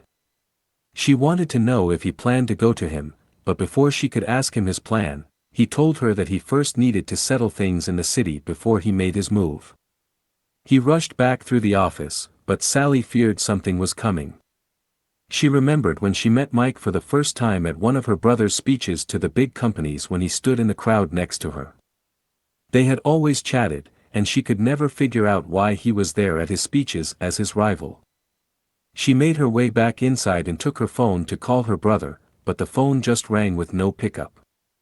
She had to get hold of him, so she phoned her mother, who quickly picked up her phone. She wasted no time and asked her, "Mom, is Ray there? I need to talk to him and he is not picking up his cell phone." Her mother told her that he had left that morning for a walk, and she could see he was not well. Sally sighed and asked her mother if she could ask him to phone her when he got back. After work finally started, she listened on the small radio in the office as the man on the radio spoke about the reason Mike left also. Bluntly, they say he could not live up to El Rey's title and the pressure was too much even though he did not officially have it. She knew there was a completely other reason for Mike stepped down after he came to see her, for some reason she just could not put her finger on it. Ray walked with the umbrella over his head as the rain got a little heavier with bigger drops beating down on it. He went into the corner shop of the elder lady and placed the umbrella standing up outside next to the news box. The elderly lady smiled at him as he walked past her to get a warm drink and some potato chips with a pack of cigarettes. After paying, he sat on the steps outside snacking on the pack of chips while looking at a skew rusty nail sticking up out of the floor near the steps. He thought of taking a rock nearby to beat it down as it was dangerous, but he did not want to get his hand dirty while eating and left it for after. There seemed to be no movement in the road as most people already headed into the fields even on rainy days like that. After eating the chips, he lit a cigarette and watched the smoke disappear in between the raindrops. Suddenly a car came in the heavy rain in the distance, slowly driving towards the shop. He took a sip of his drink as he realized it was Mary's grandmother's Ford Focus. The car stopped in front of the shop and the lady hesitated for a moment. Realizing why she hesitated, he quickly got up and placed his hot drink cup on the news box. As he grabbed his umbrella, he rushed to the car and held the umbrella over the car while opening the door. The lady got out with a big smile as she said to him, "Oh, thank you, young man." He walked with her till she was under the roof of the shop while assuring her it was no problem at all. She thanked him again before heading into the shop, and he just went back to his drink as he felt the wet rim of his jacket resting against his neck. Just as he wanted to take his cup and walk away from the shop with his umbrella in hand, he heard the lady speak to the other person behind the counter. She was telling her that her granddaughter made a breakthrough at a company she never could. He smiled knowing his contact came through for him. He rested his shoulder against the wooden pillar as he heard how proud she was of her granddaughter. A short while later the lady came back out again and stopped next to him. "You are that Ray fellow Mary kept talking about, aren't you? You know, the one she met on the train?" He smiled at the lady while nodding his head and held the umbrella out for her again. As they walked to the car, she told him how grateful she was that there was at least someone else out there who was around her age. She did not want Mary to regret coming to such a quiet little town. He helped her get back to her car and closed the door for her. Just as he wanted to walk back to the shop, she rolled down the window and said to him, "You should come over for dinner sometime. I am sure she would love that because she just sits at home after work and does nothing." Ray watched her drive back onto the road as the rain slowed down to a steady pace. He started to walk down the road towards the big rock formation that was right next to the river in the distance with the scent of rain in the air.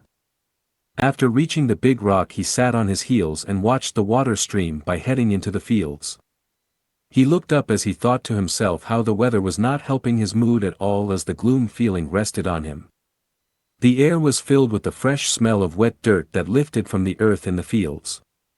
Below the rock the river ran down with no interruptions, just simply heading towards its destination.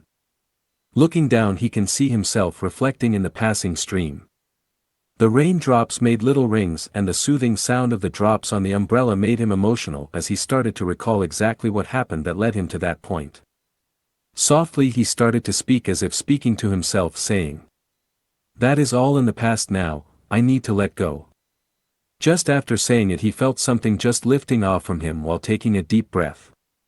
Gently he smiled, remembering a book he read before about forgiveness. It was strange how different it was to read or hear something compared to experiencing and doing it. He got up and started walking home feeling much better than he did before.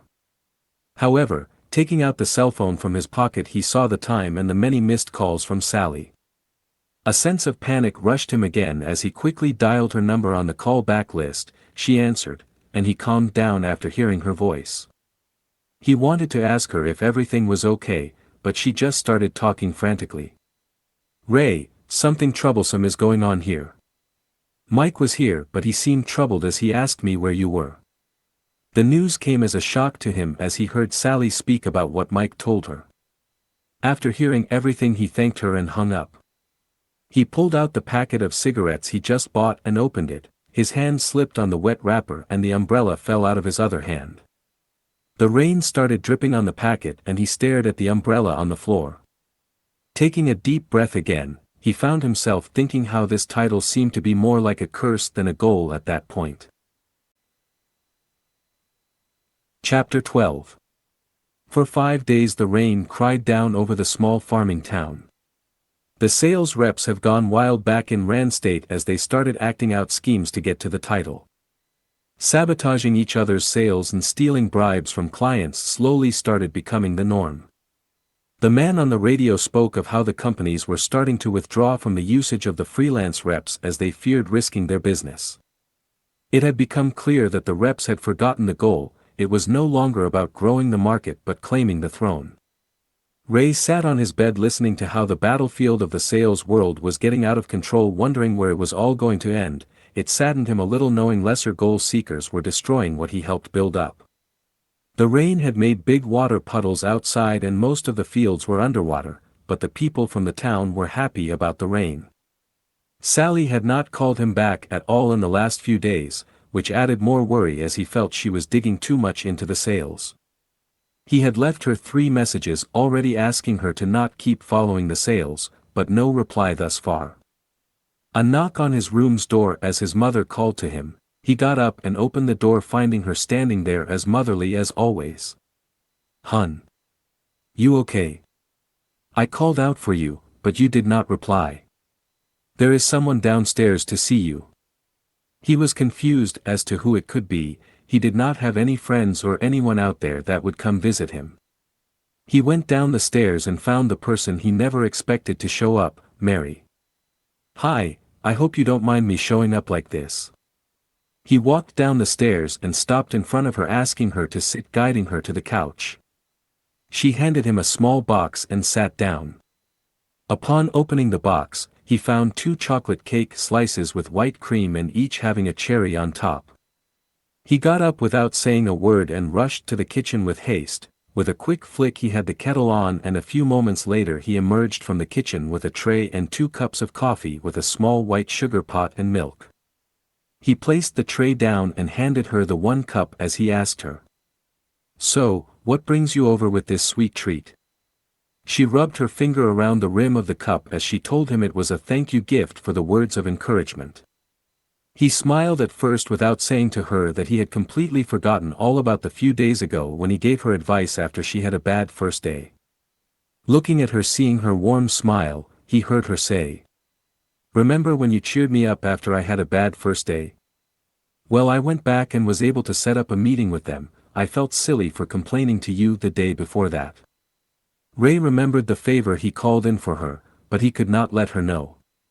He had to pretend to wait for her to share the news in excitement.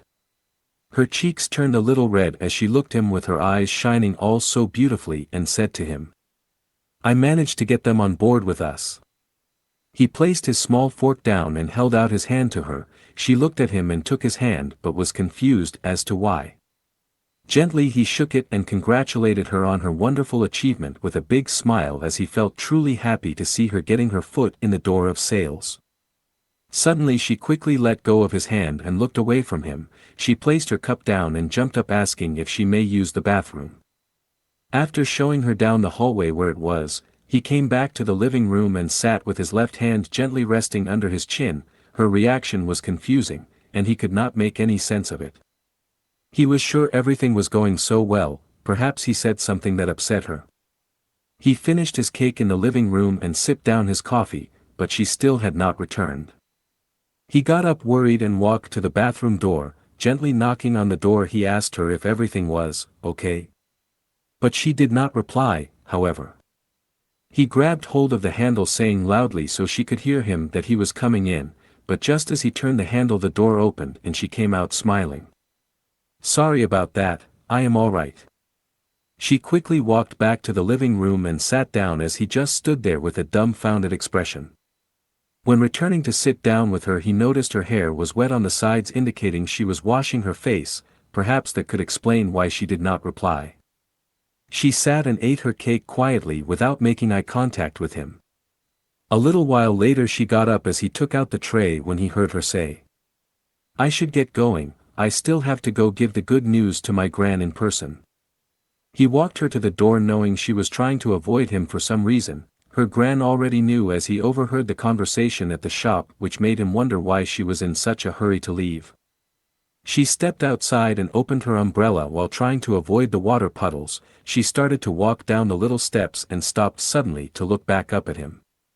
"Ray, I just want to say thank you again. You made me believe in myself even more with just those few words that day. For some reason when you said it, I felt those words had meaning, so, thank you." After pushing herself to say that, she rushed off to the road and headed down the street in a slight jogging manner. He just stood there gently scratching his beard on his cheek as he recalled what she just said to him as the warm fluttering feeling danced within his gut. He raised his hand to his chest and grabbed his shirt, squeezing it in his hand as he could feel his heart almost jumping around in his chest. The bad year he had was nothing to him at that moment as he felt that strange feeling. He looked up seeing the sun breaking through the clouds as the rain stopped. His mother came out and stood next to him as they both just watched the clouds moving on over the mountains in the distance. He started to laugh suddenly and said to her, "For some reason it is just strange how quick one's mood can change from seeing the sun come through the clouds like that." Not knowing what exactly he meant by it, she just smiled seeing him laughing so happily. The next day Ray went to the shop again. He stood at the counter reading the paper. He had hoped to find himself a job for the time being in the local section just so he could stay busy. He felt alive and happy for some reason. The air he breathed felt lighter and he had a silly smile on his face the whole time. At the same time a fancy new car drove up into the dusty parking area. The door opened, and a tall woman stepped out with long red curly hair. She seemed like someone who was headed to a corporate meeting as she stood with a file in hand wearing a gray blazer and skirt with high heels. Looking at her he could feel a similar feeling as from the people in the city, but he could not understand as to why someone would be out there dressed like that as the main road bypassed the small town. The lady walked up the steps and headed into the store, simply passing him by without even looking at him. He noticed she was taller than him but walked proudly upright, neatly step by step. After speaking to the old lady in the store she came back out and stood in front of the window. She looked at him suddenly and asked him if he could step aside, which made him realize right there, she was from the city just by how she spoke. Ray strangely felt annoyed but stepped aside. She kept glaring at him, which made him a bit nervous as he feared that perhaps she recognized him. After what felt like 5 minutes, she looked back to what she was doing, which made him sigh in relief. She took pieces of tape and stuck a piece of paper on the window. After putting the roll of tape back on the file she had with her, she walked back to her car, not even saying a word. He walked to the flyer and read the big black letters for an open post at a company from the next town where he bought his clothes. The big fancy car left the parking area and drove off into the distance, leaving him to wonder why she would use such an old method to advertise. He looked at the flyer and the shop owner came walking outside saying, "Fancy lady, hey, will you be applying for a job there?" He looked at her, pondering about it. He got out his cell phone and stored the number on his phone from the flyer and went back home. Later that evening, after putting some thought into it, he decided to dial the number from the ad. The phone rang and someone picked up. A lady? Perhaps the same one that he met earlier that day. He told the lady on the phone he was calling about the ad for the job. But after asking him a few questions like a small interview over the phone, he found out he did not qualify for the job since they were looking for an office lady. He sighed as he had hoped he could get this job just so he could generate an income even if not needed.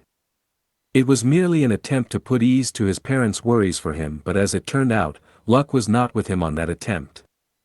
The smoke from his cigarette slowly drifts up into the air as he sat on the steps with his arm leaning on his knee outwards.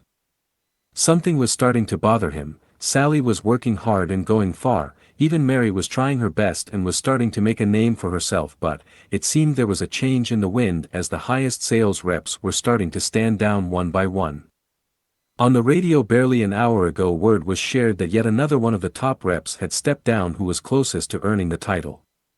It was as if the old were being replaced by the young. However, in that case many of the so-called old were still young themselves. He was thinking hard, trying to understand what was happening. Suddenly, even though he said he was done with that life, he felt as if there was an urgent need for attention on the sales battlefield. Someone had to step in, or it was only going to get worse and damage the market. He suddenly threw down the cigarette and jumped up, cursing at the red-hot coal on the floor next to the bud. He had gotten so caught up in thought that the cigarette burned all the way up to his fingers without him noticing. For some reason he just felt angry and upset again. Was it because of hearing the news the whole time, or was it something else? Whatever it was, something just felt wrong about that day suddenly, which started out so good. Chapter 13. The next morning, he got up. He was feeling somewhat better. Still half asleep, he made his way downstairs to find the house to be quiet. On the table was a note from his mother again saying she left early for work stuff. It seemed the unease feeling from the previous day luckily turned out okay. He planned to head to the small city to see if he could find himself a light job somewhere there. Working the fields was just something he could physically not handle. It made him have so much respect for his father to be able to be out there every day. After having breakfast and getting dressed, he stepped out the door. He turned to lock the door as he felt the morning sun on his back. He stumbled and struggled a bit with the key in one hand, his jacket hanging over his shoulder and his backpack in the other hand, when suddenly he heard someone say, "So, this is where you retreated to." He dropped the keys and froze on the spot as he recognized the voice. Slowly he turned around to find Mike standing there, half leaning against his sports car. He took a breath and made a fist to calm himself and asked him, "Mike, what on earth are you doing here, and how the hell did you find me?" He was upset as Mike was the last person he expected to see, but what really seemed to set him off the most was the fact that his old life kept catching up with him somehow.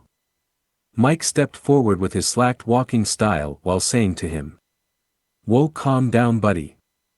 No need to get so upset after I came all this way out here to find you." Ray took a deep breath again, calming himself down, and apologized to him for letting his temper slip like that. He asked him again what it was that brought him all the way out there, knowing what the reason probably was. Mike suddenly got a 1,000-mile stare in his eyes as he looked at Ray. It had been a long time since he saw Mike with that serious look in his eyes as he heard him say, "Ray, I will be honest with you, I thought you to be a coward after I heard you suddenly just step down like that, but, that morning when you phoned me to meet you at the station, I was unsure what you were planning. I asked myself why my rival would want to meet me like that after suddenly disappearing for a whole year."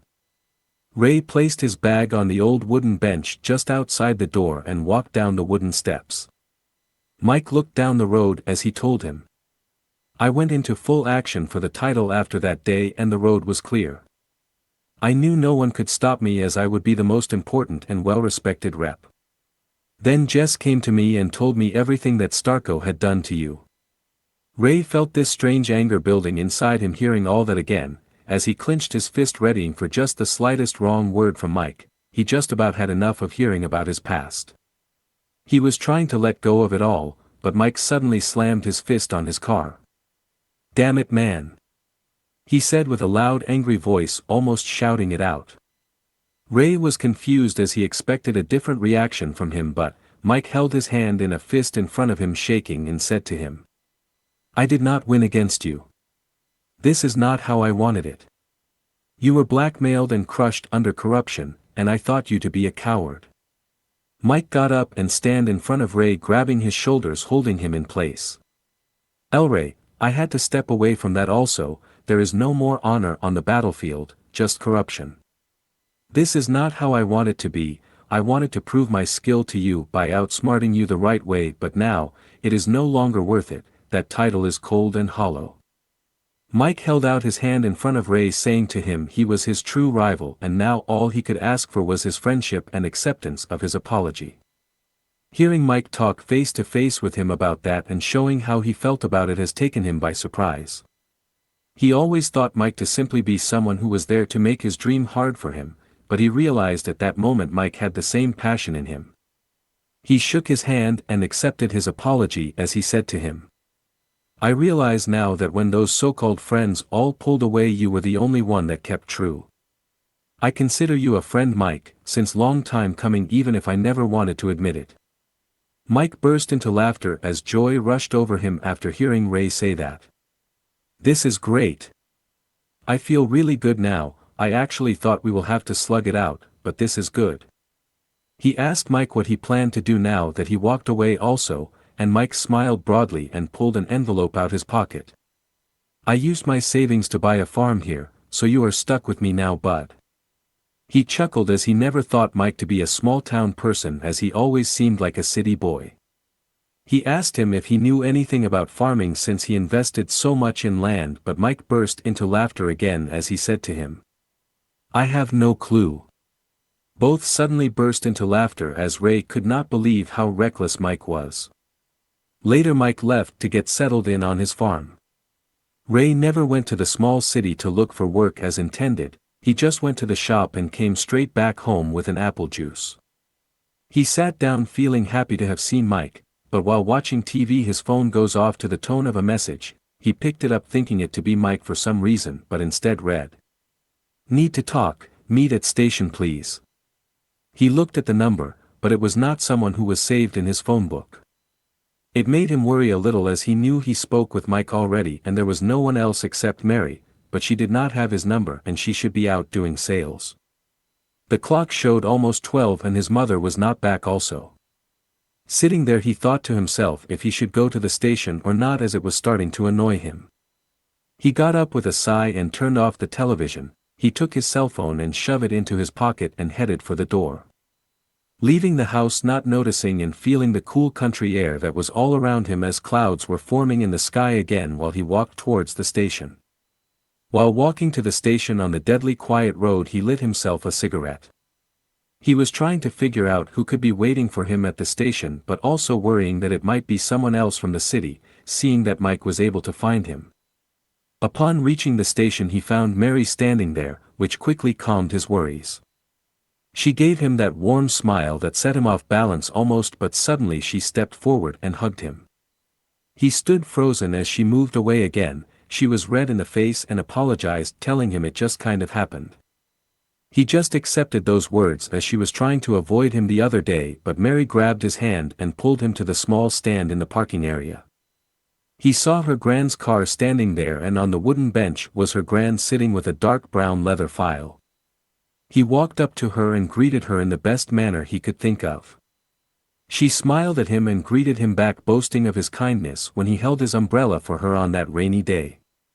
Mary seemed pleased to hear the kind deed that her gran had not told her, and showed Ray to sit on the bench opposite her gran while she took her place next to her. Her gran placed her hands on the leather file and started to talk with him while he listened with intent. "I know your mother very well, you know. She uses my company also to do her business outside this town. In fact, she was my very first client when I set up here." He listened very carefully as the old lady spoke to him about her company and what exactly they did. She also boasted about her granddaughter Mary, who was able to get a big client on board with them, which caused her to blush. She explained that they were able to take on more people at the company. Mary also listened very carefully as she was not sure as to why her gran wanted to meet with him. "Your mother mentioned you had a very bad situation in Rand State that caused you to have a very hard fall in life." His heart started to race. Did his mother tell Miss Anderson everything? And if so, Mary was about to find out. "Your mother mentioned you lost your job and also your fiancé in basically one day." Feeling the shame of the words being spoken out loud brought him to hang his head slightly down as he felt pain of memories coming back.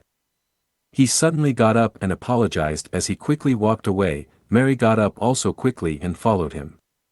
She quickly caught up to him and managed to stop him as she tried to explain to him. "Ray, I am sorry. You told me something happened and that is why you came home to here, but I am sure my gran does not mean to offend you in any way." He rubbed his arm over his cheek, wiping away a tear as he said to her, "No, it is okay. I apologize also for not saying anything, it is just something I am trying to deal with." Miss Anderson came walking to them, saying to him, "I know about you and who you really are, but it is not my place to talk about it. However, after everything you have done for me, I feel I must do something for you." She handed him the leather file and he looked at her but could not recall doing such a great deed to be talked about on such a scale. He only remembered holding out his umbrella for her on a rainy day. Miss Anderson placed her hand on her granddaughter's shoulder while saying to her, "I will be waiting at the car, dear." She walked back to the car, leaving Mary and him alone. He looked at her and she looked at him. She was confused, but she felt she could not ask him as she saw it was really hurting him.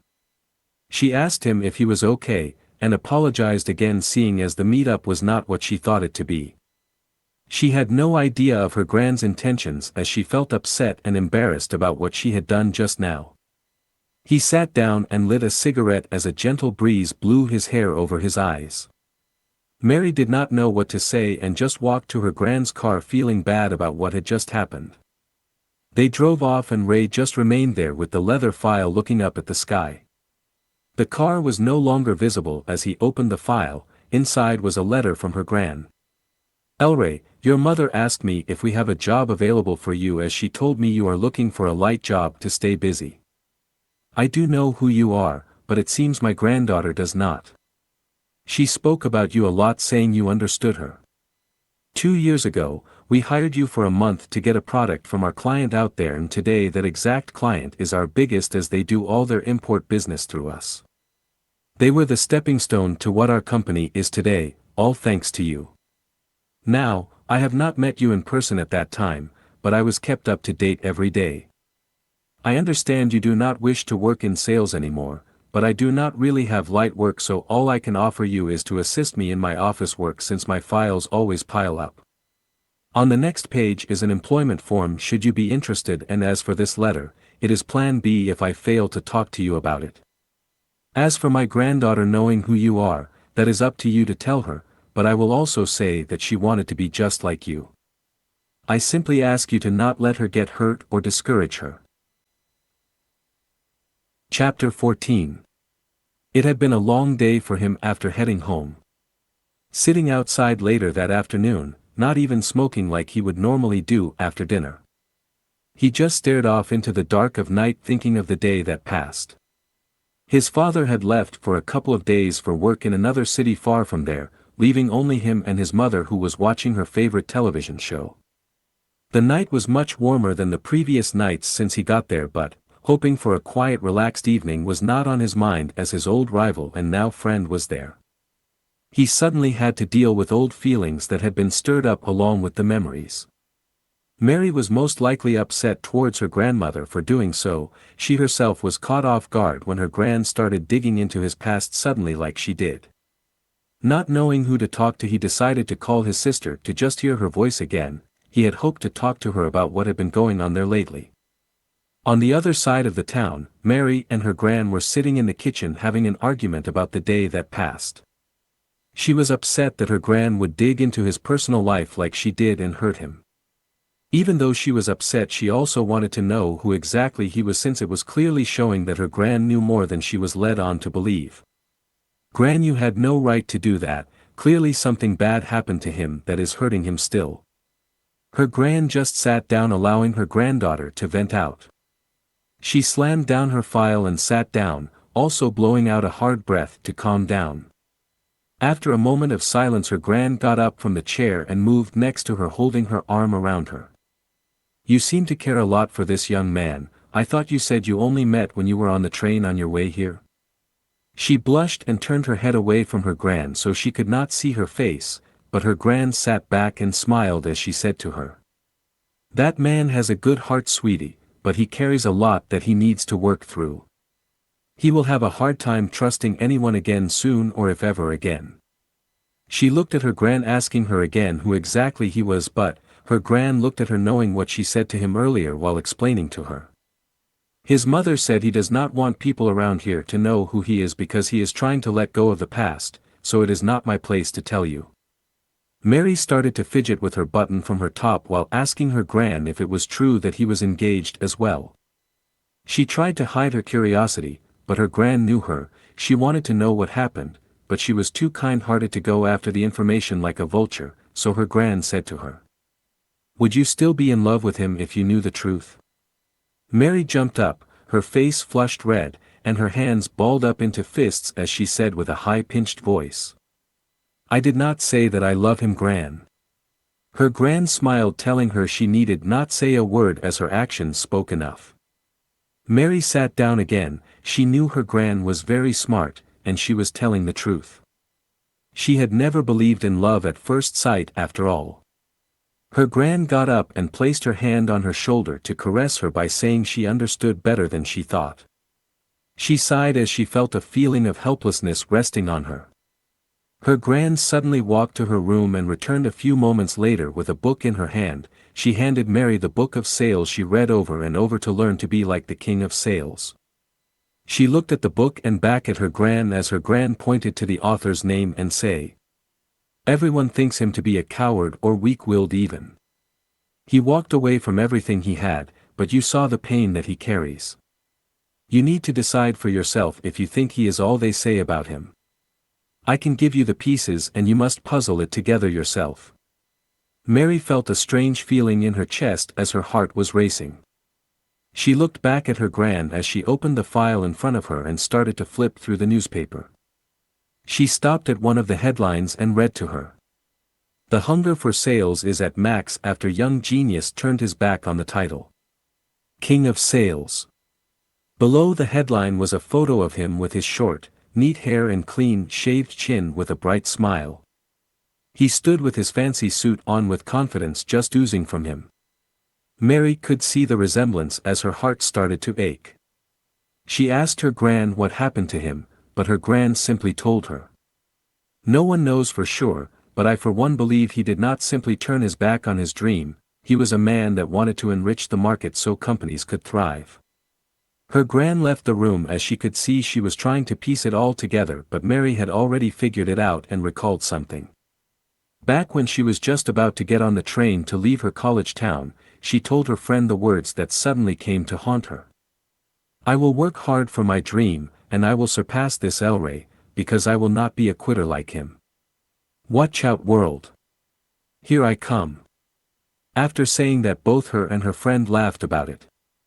She sat there with shaky hands as she felt regret.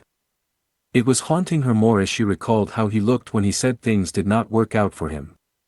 To her at that time he looked like someone who had lost everything, but suddenly it all became clear. The man she had boasted on surpassing sat in front of her when she showed him the book and talked about her dream.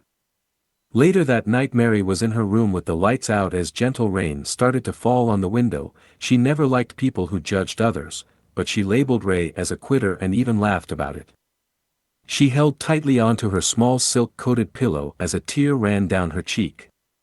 How can I admit to loving him if even I judged him like that? Is that what kind of person I am?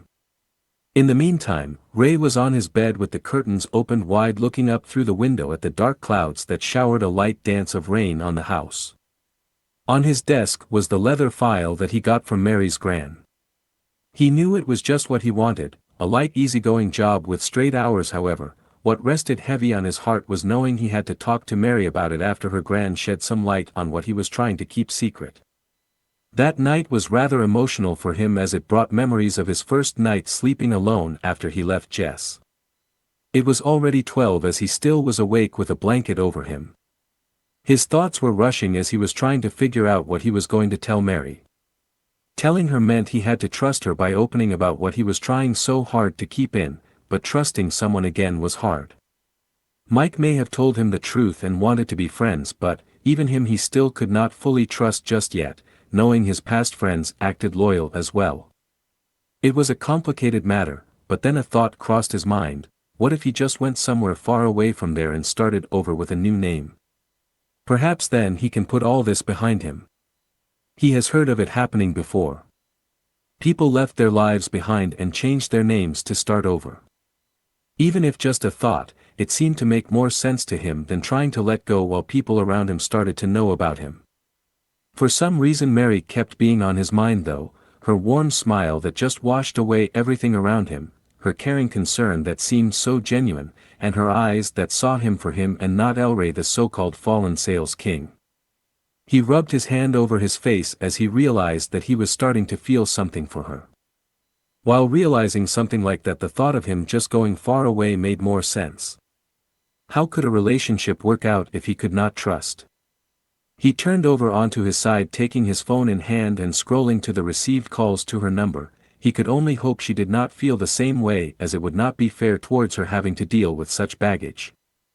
That night, after finally falling asleep, the same nightmare haunted him again, but this time it was not Jess standing behind the big man but Mary. In the dream he tried to get up and reach out to her and get her out of there, but his body refused to listen to him. Suddenly he woke in a cold sweat to the loud crack of thunder which caused him to jump upright as the rain poured down hard outside. It appeared the gentle shower from the previous night had turned into a punishing storm as he could hear the rain beating down hard on the roof. His heart was beating so fast with anxiety, bringing such a deep cold feeling. He reached out to the table next to his bed for his cigarettes. After lighting one, he just sat there staring at the red-hot coal with the sound of the storm outside. In the dark of night, he could see his little red book sitting on the chair in the corner. For some reason the book just seemed to have a heavy presence of its own. Chapter 15. The next morning brought light to the small town, but Ray just did not feel a reason to get up after a restless night. He did not want to see Mary that day as he did not know what to say to her. To add to it, the feeling of distance between them felt bigger. When she walked away from him at the station, he knew he did not even say anything to her or stop her. He feared that perhaps she could see his weakness. The rain was still gently dripping outside alongside the warm sun outside on the window. He got up to open the window slightly to let some cool air in and let the smoke go out.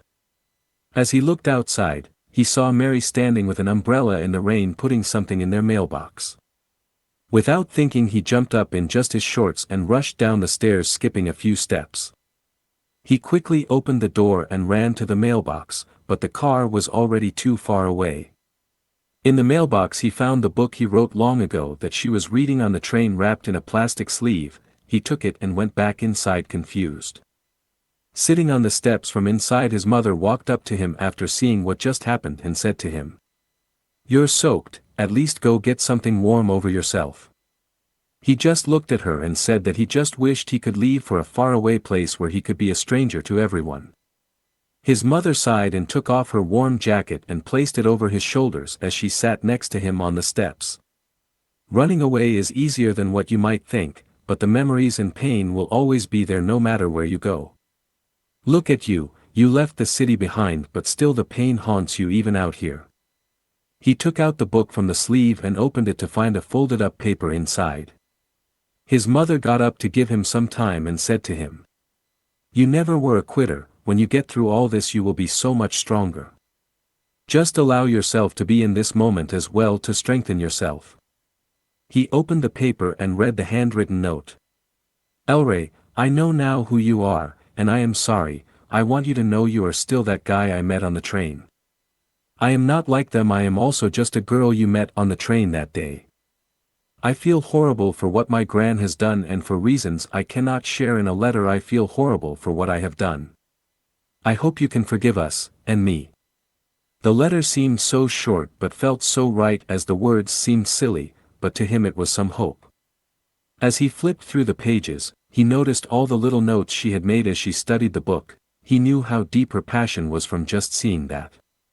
He also realized there was something happening between them that he was afraid of. Chapter 16. The next day brought warm sunshine as Ray went out to Mike's new farm with his father's old bike. The open air with nothing in sight for a few minutes, just what he needed to clear his head. He pulled off the tar road onto a narrow gravel road that was half covered with trees which was growing over the road like a tunnel. He stopped to look at the message from Mike again with directions. It stated he was going to see an old blue wind pump just as he got onto the gravel road. He looked to the right of him and saw the old rusted blue wind pump, knowing he was on the right track. Slowly he rode on the gravel road far from the tar road, almost like he was leaving the country. After several minutes he reached a gate with Mike standing there waiting for him in his big 4x4 SUV. Mike opened the big gate with a controller from the SUV and showed Ray to follow him. Slowly he followed Mike and saw the big dam next to the road and the wide open fields that seemed to have been used for some kind of planting as the ground still had rows with no vegetation. Finally, they reached the house. He got off his bike and just stood there as he lit a smoke while looking at this amazing house that looked over the fields far into the distance. Mike walked up the stairs to the house while pointing out how the view was so breathtaking, but Ray just responded with an emotionless yes. Mike gave him a proper welcome and a cold beer. They sat on the porch outside when he suddenly asked him about the past and what happened in his own words. With the beer making him feel much more at ease, he decided to trust Mike and share his story with him. Ray told him everything, from where he started out in the city to where he left. He held nothing back, as even a few tears were wiped away. After hearing the raw side of it all, Mike sipped down the last of his beer and said to him, "It is all so messed up and almost unreal. I will tell you what though, to hear you of all people are from here, such a small town that most do not even know of. I must say, I expected you to be from one of those high-end cities with royal families that went to some fancy college to study sales and marketing or something." Ray suddenly laughed at him after hearing him say such a silly thing, but assured him that he was just a normal guy that pursued his dream. Mike got up and headed inside as Ray looked at the fields while he imagined how nice it would be to live out there. Shortly Mike came back out and handed him another beer, and say to him, "Sorry for those things that happened to you, man, but here is to a better future." Ray lifted his bottle, and they clinked together in a cheer. After taking a sip, Ray slid his finger over the top of the bottle, repeating the words Mike just said. Mike looked at him and could see he was still not cheered up as he intended to, and sat down. "I know we are like new friends and all, but clearly something else is eating at you more than before. Is there something else going on?" He looked back at Mike and sighed, then he stood up and rested against the railing while saying to him that he was starting to fall for someone. Mike jumped up cheering for him, but in the same breath dropped his arms, asking him why his expression was so dull for something so good. He looked down, saying suddenly, "Mike, I don't know if I am able to allow anyone in again." Mike understood him and knew it had to be hard for him to trust again after he learned the truth. He placed his hand on his shoulder and said to him, You know, Ray, not everyone is like those people, but you cannot let yourself be locked away like you are doing now. If you really love this girl, then take it one step at a time, and if she loves you also, she will understand your reasons. Ray started to laugh hearing him speak the truth and say to him how strange it sounded to hear him speak of such things. He thought he must be some playboy or something. Mike, however, sipped his beer and his smile faded as well, saying to him how he could surely speak such words, but in truth he could not get the girl he was in love with as well.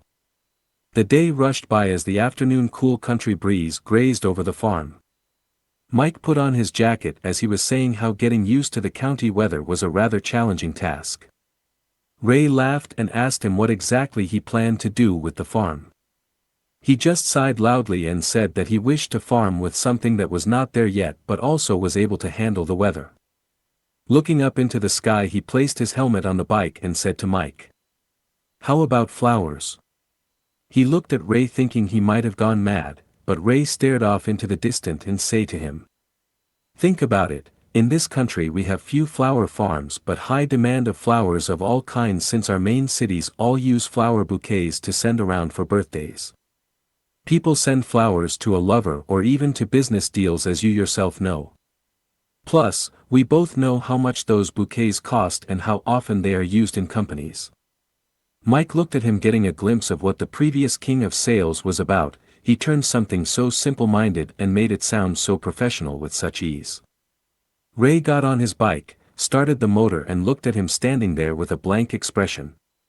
"Mike, why don't you ask my sister to come work for you? She has gone for a course in flora around here and she is currently working in a flowers shop, as you know, so, make her an offer. I am sure she would love to move back here if the offer is good. She only went there to follow me after all." Mike kicked the gravel under his feet and said to him he would be thinking about it as he had not decided yet as to what he would be doing. Chapter 17. A couple of days later, work officially began on the farm as Mike took Ray's advice. After he plowed in another astonishing amount of money into setting up a flower farm, things were starting to look up. In a matter of 1 month, he managed to get the proper equipment and a few workers through his contacts. All seemed good for his farm, but he still needed an experienced florist. Sally was his best call, but she turned him down after attempting to make her an offer as his friend suggested. Ray still had no job and was at home most of the time, but the month had been good for him that had passed. The heavy down pull on his life and the bitterness were getting lighter as he felt more joy in his life. Ray and Mike had become good friends and slowly he started to trust him. The only downside for him was Mary, who he had not seen since what had happened at the station. He had hoped his heart would let go after not seeing her for a while, but almost every night he thought about her. He had let go of the thought of pushing her away or him running away himself. He knew his mother was right, running away was not help at all. The midday sun was burning down on the small town as he sat outside with a cold drink and a cigarette. His finger was hovering over the send button after writing a message to Mary, but like the few times that day he cancelled the message again. He just could not bring himself to hit the send button. The thought of what she might think of him after finding out who he was still lingered like a bad memory. He picked up his drink and went up to his room. He placed the can down on the table as he picked up the red contact book. Next to it was the leather file he got from her gran with the letter and employment form still inside. As he picked up the file, a sudden banging on the door startled him where he stood. He rushed downstairs and opened the door to find Mike standing there with a big goofy grin. "I have a great idea and you are going to be part of it, brother." Mike walked into his house as Ray just watched him. He plunged down on the couch telling Ray to join him as well with that grin stuck on his face. Ray sat down as he carefully observed the excitement, his overexcitement. Mike opened the file he brought with him and flipped it to Ray while saying, "There is a great market out for the flowers to fancy boutiques and restaurants to start with, as you mentioned. So, I went and did my homework when an idea struck me." Ray looked at the file, seeing the numbers he worked out. Mike suddenly jumped out of his chair and looked down to Ray while pointing at him. "Ray, become my partner in this farm." Ray looked at him without saying a word as Mike stood there with excitement written all over his face. He explained that the Flora market needed attention on the sales side. If they tackled it together it could become a new economy branch that no one was expecting.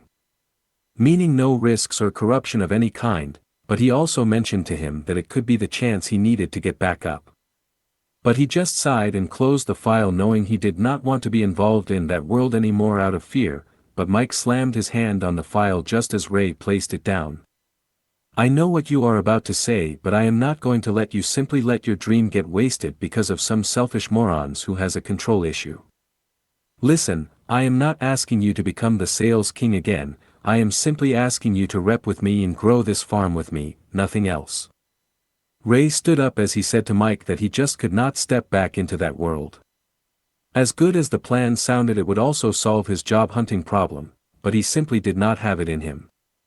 Mike suddenly burst into laughter as he headed to the door. He opened the door and said to Ray, who followed feeling like hell after turning him down.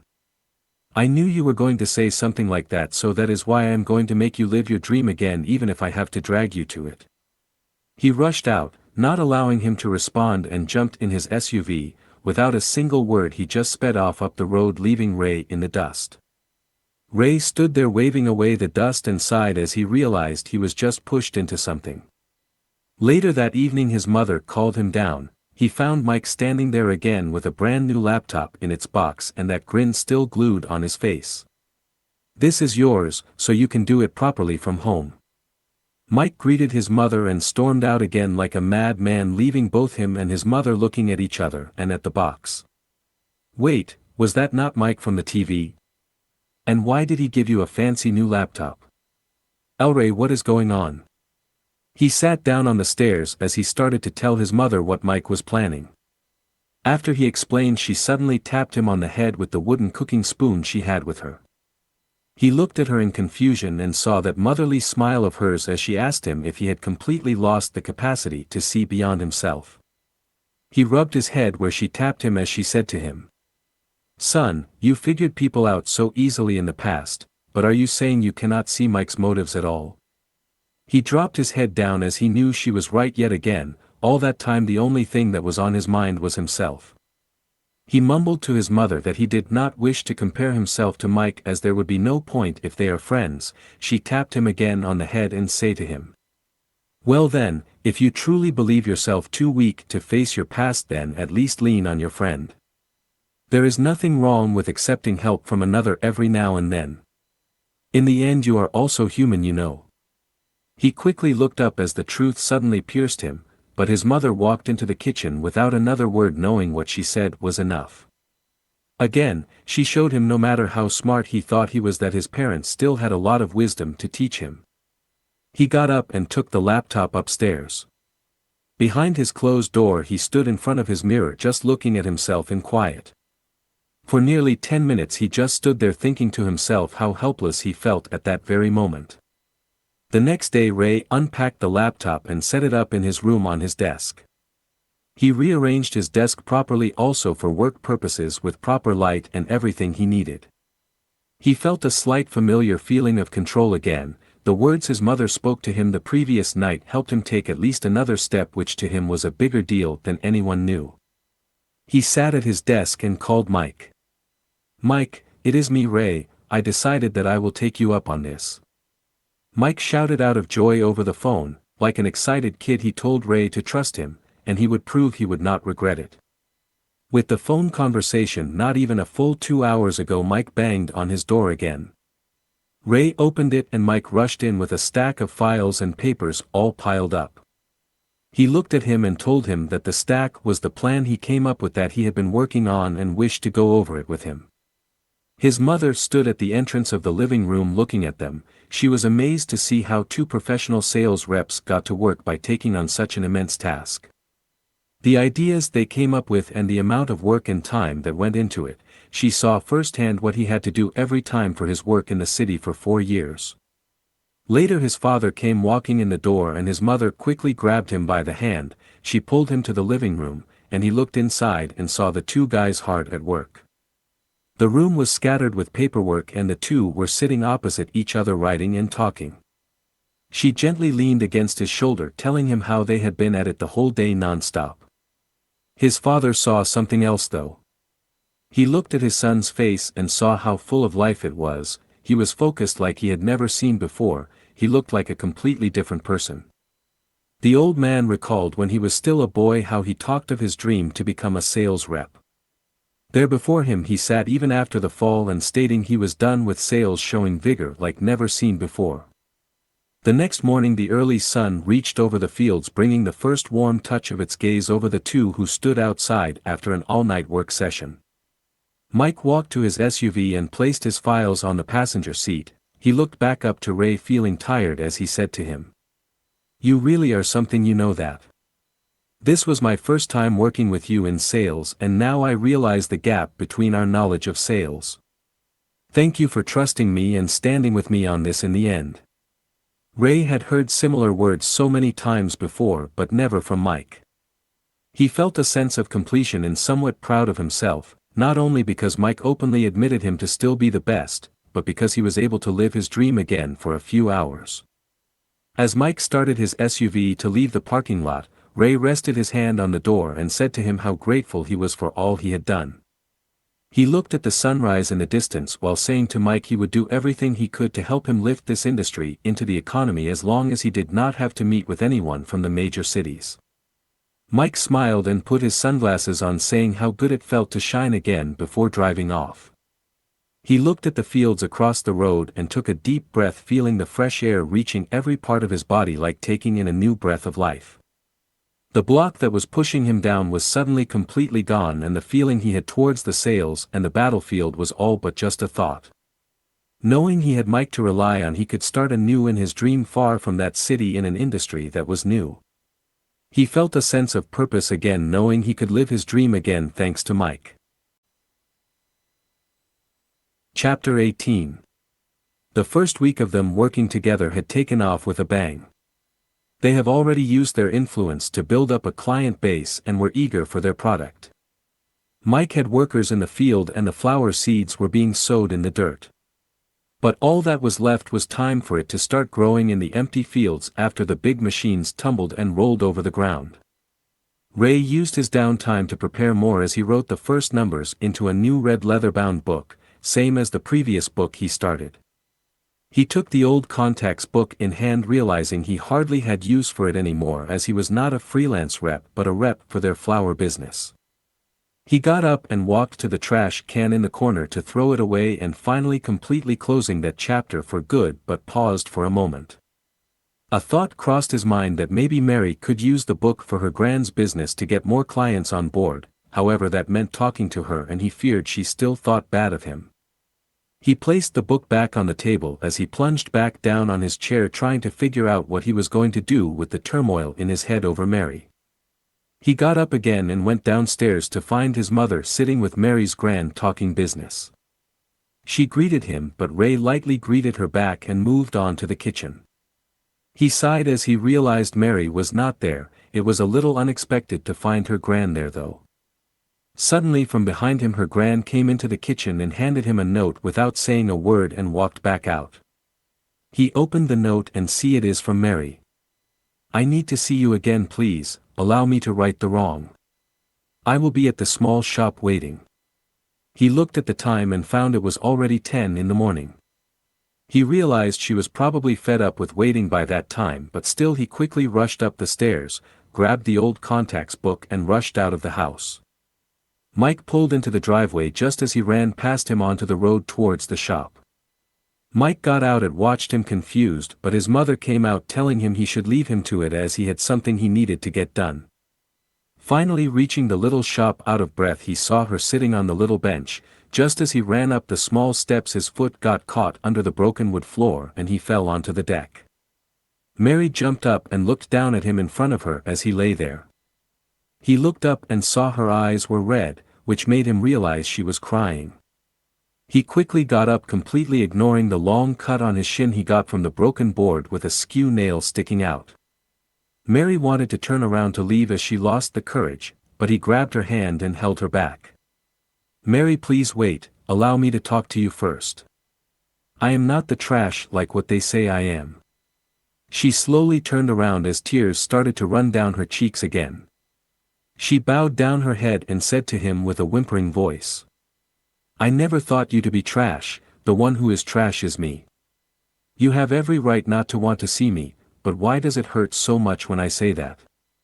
Ray was shocked when he heard her say it. He thought she did not want to see him because of her most likely knowing about his past. At the same time, she thought he did not want to see her after she found out and the things she said about him. Mary sat down again on the bench. She wiped her tears away as she started to tell him how she and her friend boasted about how she would be better than him. She also told him the things she said about him at that time when they heard about him when learning he walked away from the title. He just stood there and could see how much she was hurting while telling him. Suddenly she got up again and turned away as she said to him. Let us just be strangers again, I will understand because I am no better than all those who judged you. She started to walk away and stopped at the end of the parking area as he called her name. She turned to look at him through her teary eyes and saw him lifting the book up to show her and place it on the bench. His heart felt like it was about to crack open at any time as he allowed his feelings to form words for the first time after it all happened. I never believed it, you know, I never believed in love at first sight, but ever since I woke that morning on the train and saw you, I just could not help what I was feeling. The more we talked, the more those feelings got stronger. He took a step down the stairs as if the whole country felt like it had come to a standstill. He felt his legs were shaking and his chest heavy, but nothing could stop him as he said to her. Please do not walk away with such hurt in your heart, you told me the truth and I forgive you. But please, do not ask me to not want to be with you.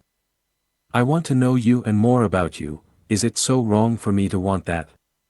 Mary stood there as the words reached her heart. She expected him to let her go, but after those words she did not know what to think or what to do. Mike came rushing down the street into the parking area as he saw Ray standing there looking at Mary. Ray walked another step to her saying out loud, not caring who could hear him. Is it so wrong for me to love you without having to hold a title over my head? Is it so wrong of me to love you for who you are, not for what you stand for or even what you hold? Mary started to cry again and suddenly ran off. He clenched his fists, but Mike walked up to him and rested his hand on his shoulder. Go after her, do not let it go like this. He looked back at Mike and started running after her and saw her in the distance. He looked down at his leg as a sharp stabbing feeling jolted up his leg and saw the blood from the cut. He called out to her as loud as he could, causing her to stop in the distance, but she did not turn around. Finally, he caught up to her but did not say a word. His hands rested on her shoulders, and he gently turned her around.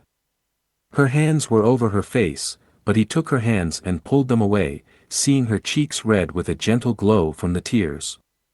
Gently he lifted her chin and kissed her, knowing there was nothing left to say.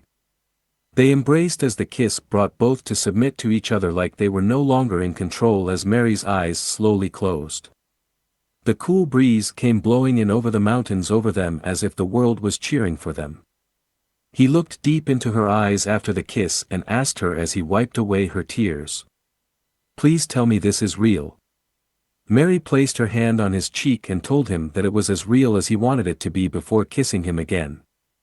Mike waited in front of the shop and saw the red book on the bench. He picked it up as he saw Ray's name on it.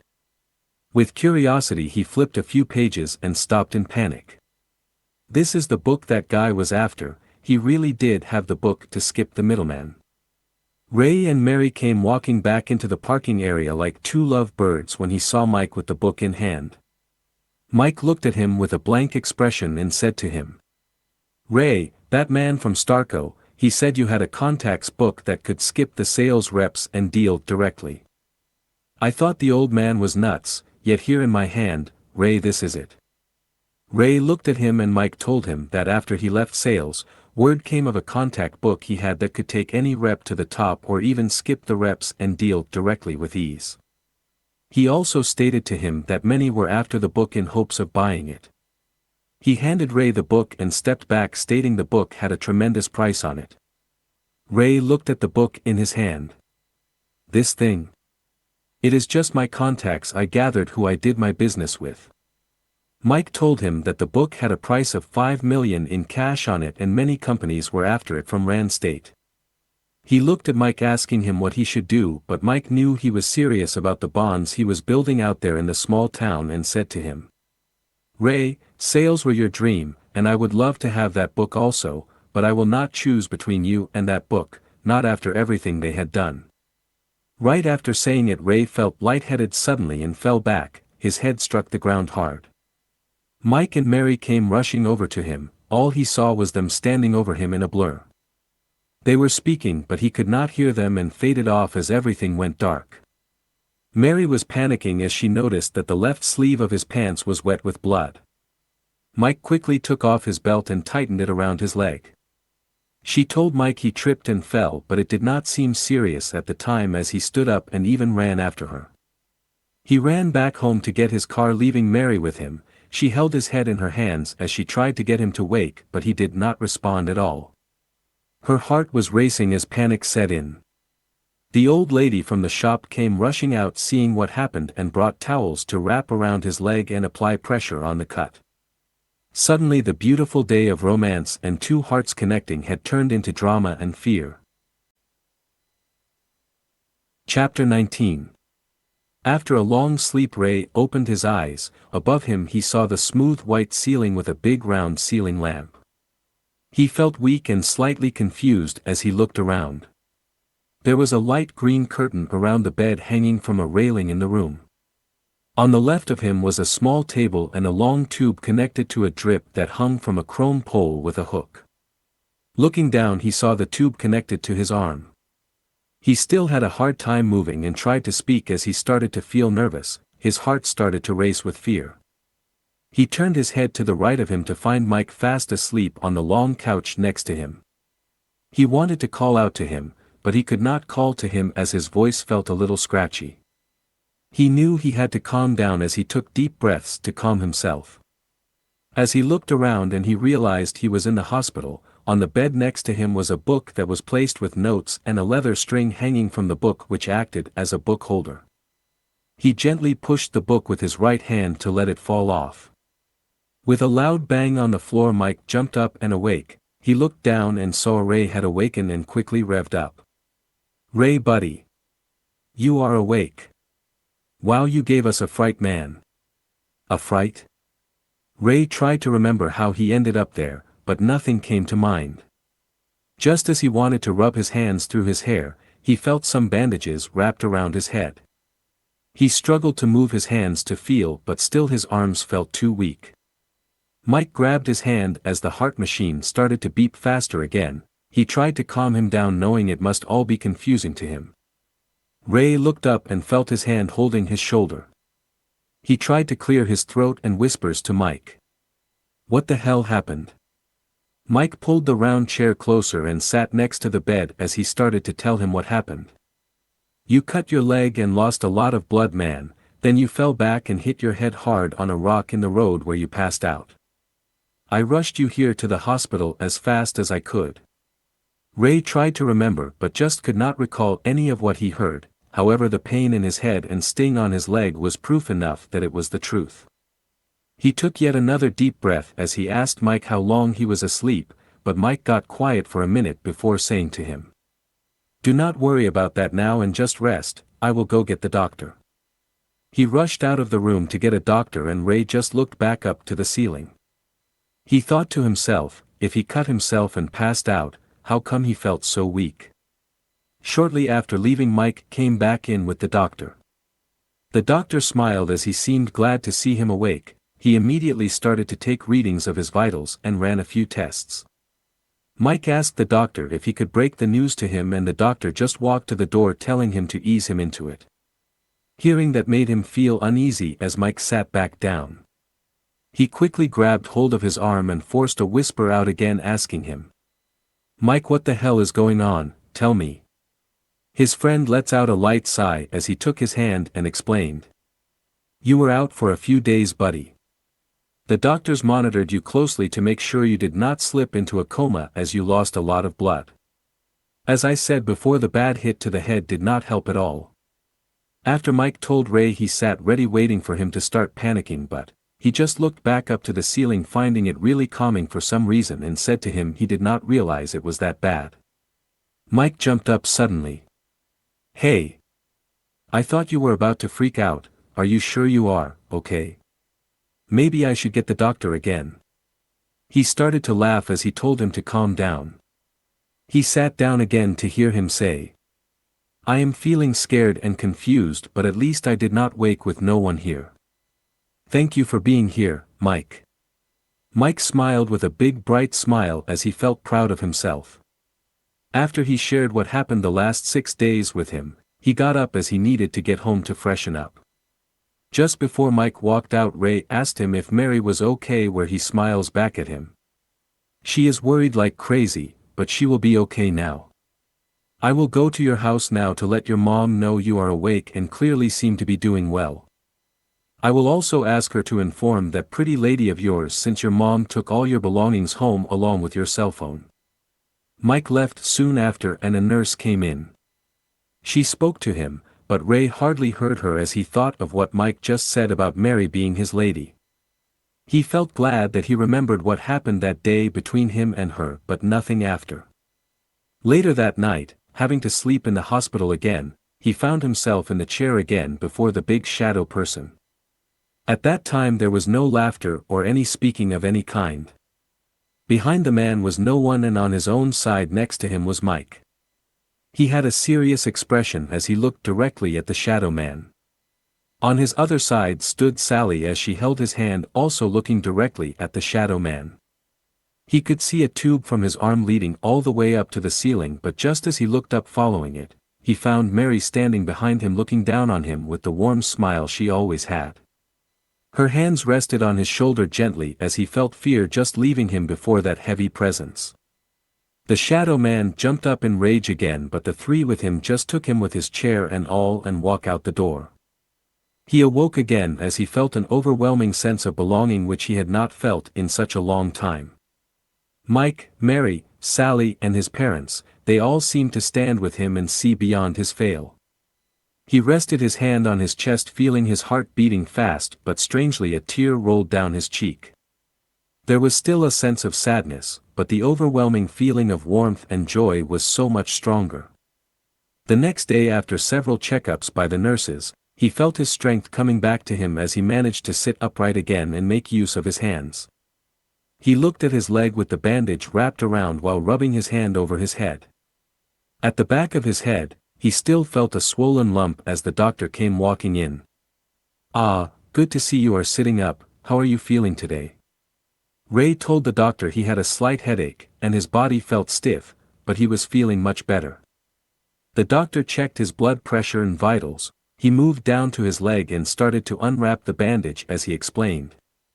"You had a nasty cut here.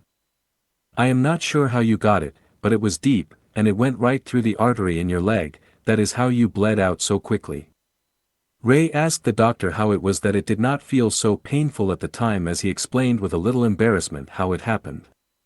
The doctor smiled hearing the wonderful event that happened and explained to him the heavy emotions he was feeling at the time was numbing the sting from the cut in theory, but he did not put solid words on that.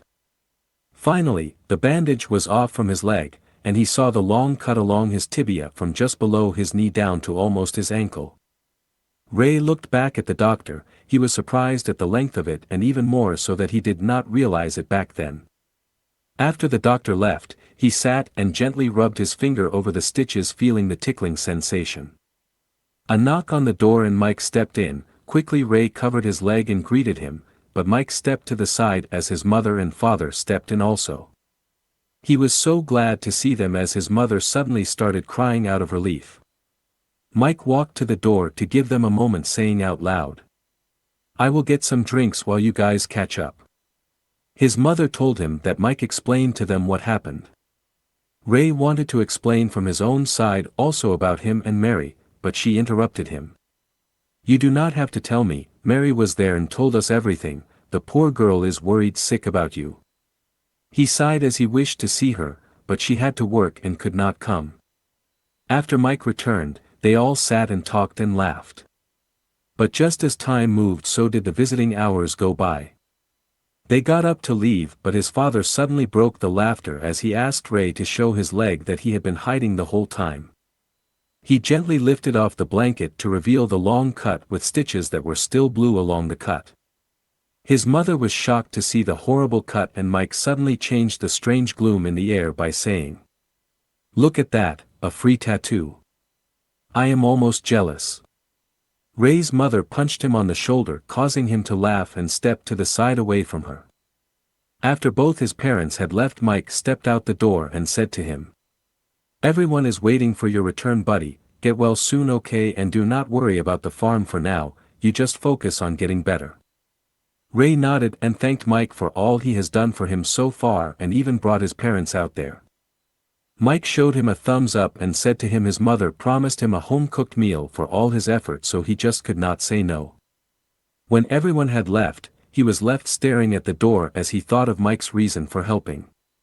He never thought him to be bribed by a home-cooked meal like that and just smiled. Chapter 20. A few days later the doctor gave him the all-clear to go home, but strict instructions were given to stay off the leg for the time being.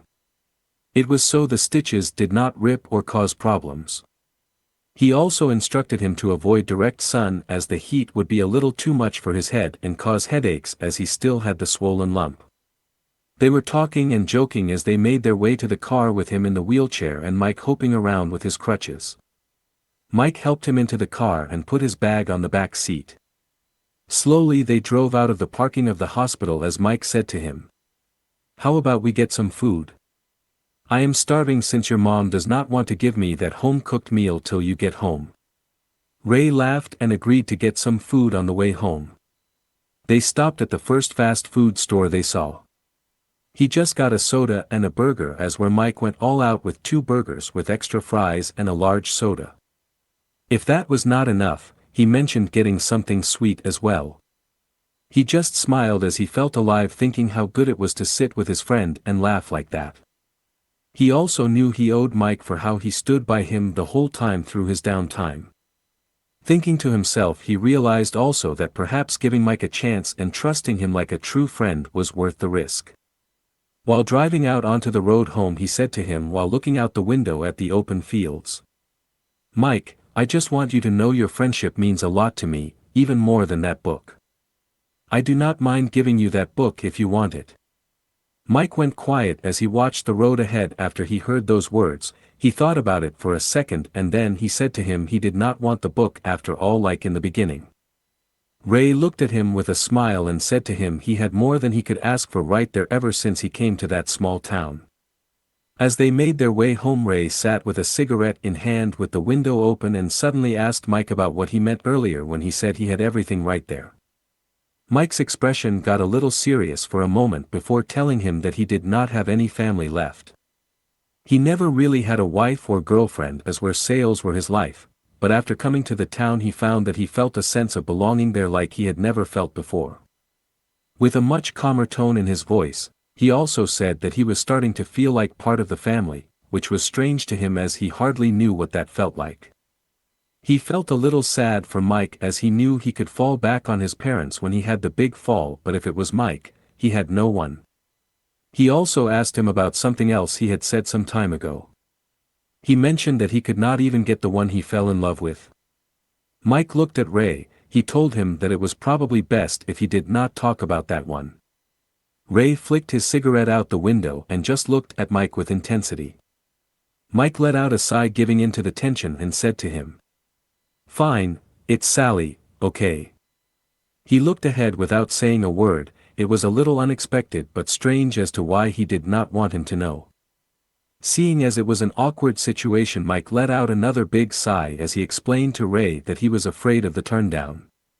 At the time when they were rivals, he could not ask her out on a date, but currently he simply feared being turned down by her.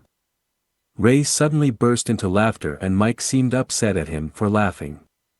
He got quiet and just watched the road as they drove the long drive home, but Ray was not going to leave it there and said, "You remember that first time we met at that big show for the reps? Well, my dear little sister wanted me to get your number as she thought you were handsome, as per her words."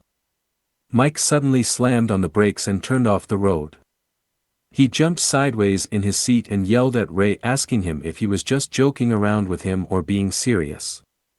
He just smiled and told him that every time they went to the sales gathering, she would always try and find him in the crowd.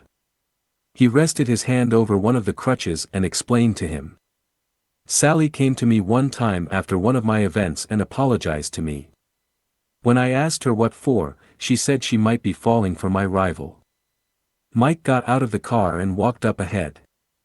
Ray turned down the window and pulled himself up, sticking his head out. Hey! Come back here. There is no way I'm getting out to come to you, damn it. Mike come rushing back and jumped behind the wheel. He looked straight at the dash and asked him if he should take a chance and ask her after all that time. Ray gently rubbed his hand over his bandage and say to him, I almost bleed out to tell Mary how I felt about her, so I am sure you will be fine, just do not go and cut your leg as well. Both looked at each other and started to laugh as Mike turned the car on again and drove back onto the road. They both may have been laughing about it, but Mike had some serious thinking to do. After finally reaching his house, Ray opened the door as Mike helped him out. His parents were standing ready to help at the door as he stood there with his crutches. His mother hugged him and stepped to one side as she pointed to the door of the house. He looked ahead and saw Mary standing there all teared up with her hands bundled up in front of her mouth. He dropped the crutches and hopped to the door as fast as he could, but suddenly felt Mike taking him under the arm and helping him faster up the stairs. As soon as they reached her, Mike quickly ducked out from under his arm and let go of him as he embraced her. Everyone just stood there smiling as she burst into tears while holding on to him tightly.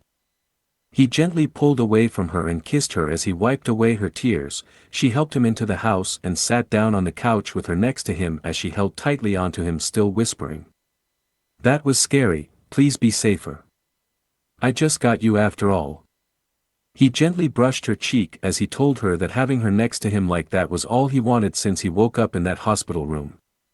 As always, Mike came bursting into the door and into the living room with Ray's mother short behind him. Ma'am, I am so ready for that home-cooked meal. Please, I will beg if I must. His mother laughed and everyone joined in.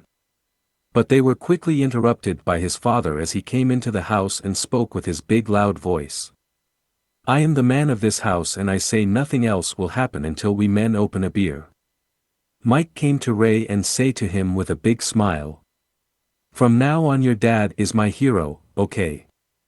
He just laughed at Mike as he watched him rush out after his father to the kitchen.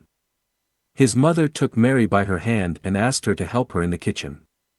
Mary got up and followed her to the kitchen, but his mother stopped allowing her to pass her and say to him as they are both alone. You see what you would have lost had you run away from it all. Does this not feel better than accepting complete defeat? He smiled at his mother and said to her, Mom, Mike seemed like such a nice person, and I may only know Mary for a short while, but I feel I found a place of belonging after all this time. I am really in love with this girl, and I fear for losing her already. She took his hand as she told him he should be true to her, and she would stick by him till the end.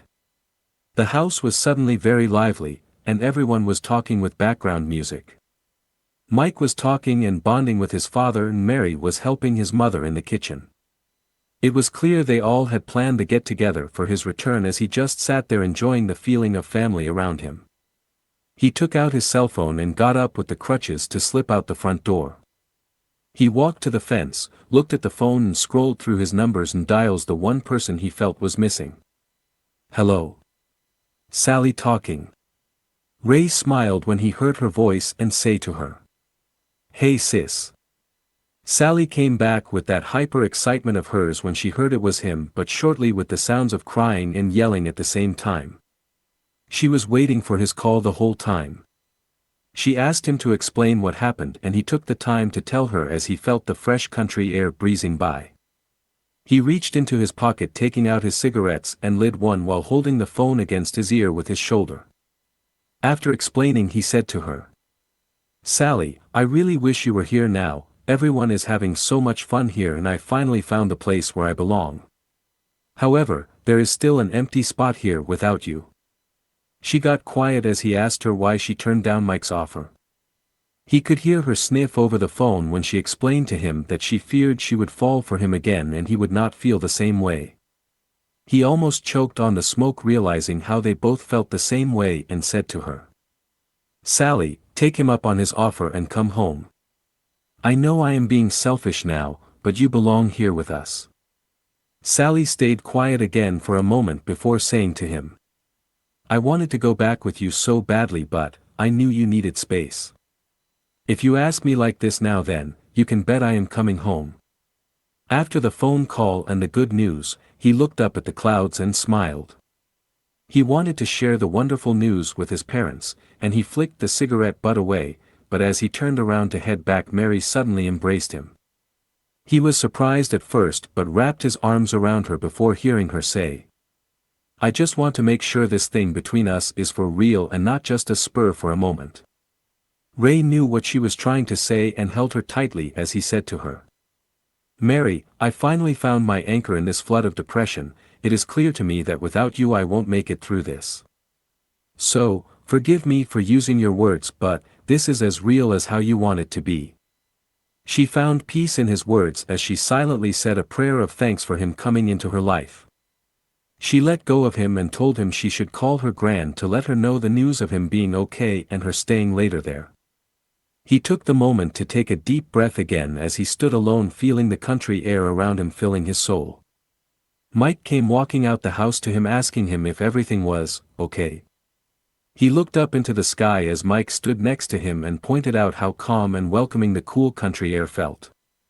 Mike also looked up and agreed with him as they both just stood there looking up at the clouds slowly drifting by. He turned to Mike and said to him, "I spoke to Sally just now, and it seems you got yourself a florist."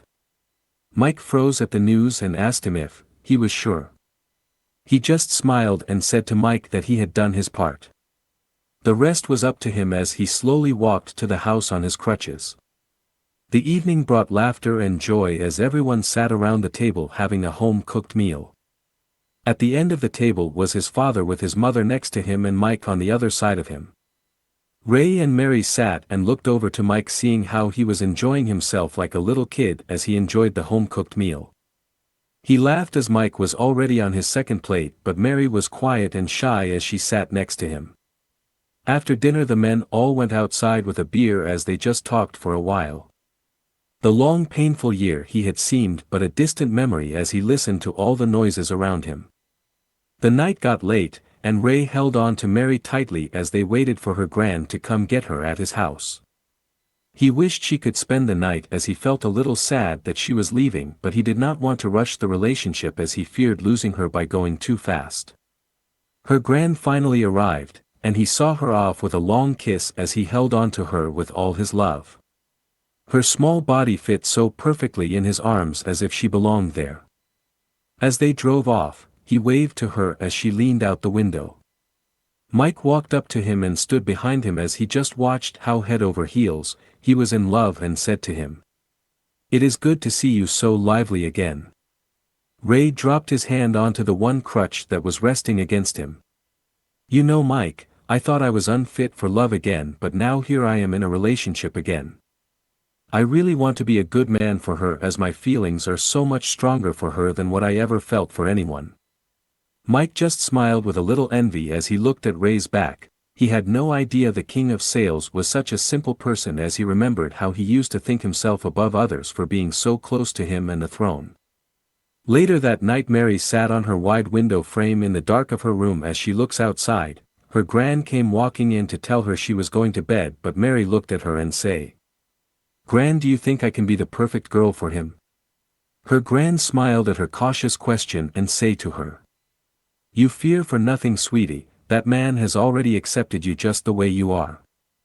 All you must do now is, allow your heart to love him." Her gran went into her own room after saying it and the house was quiet, but she could not sleep as her feeling of wanting to be with him kept her awake.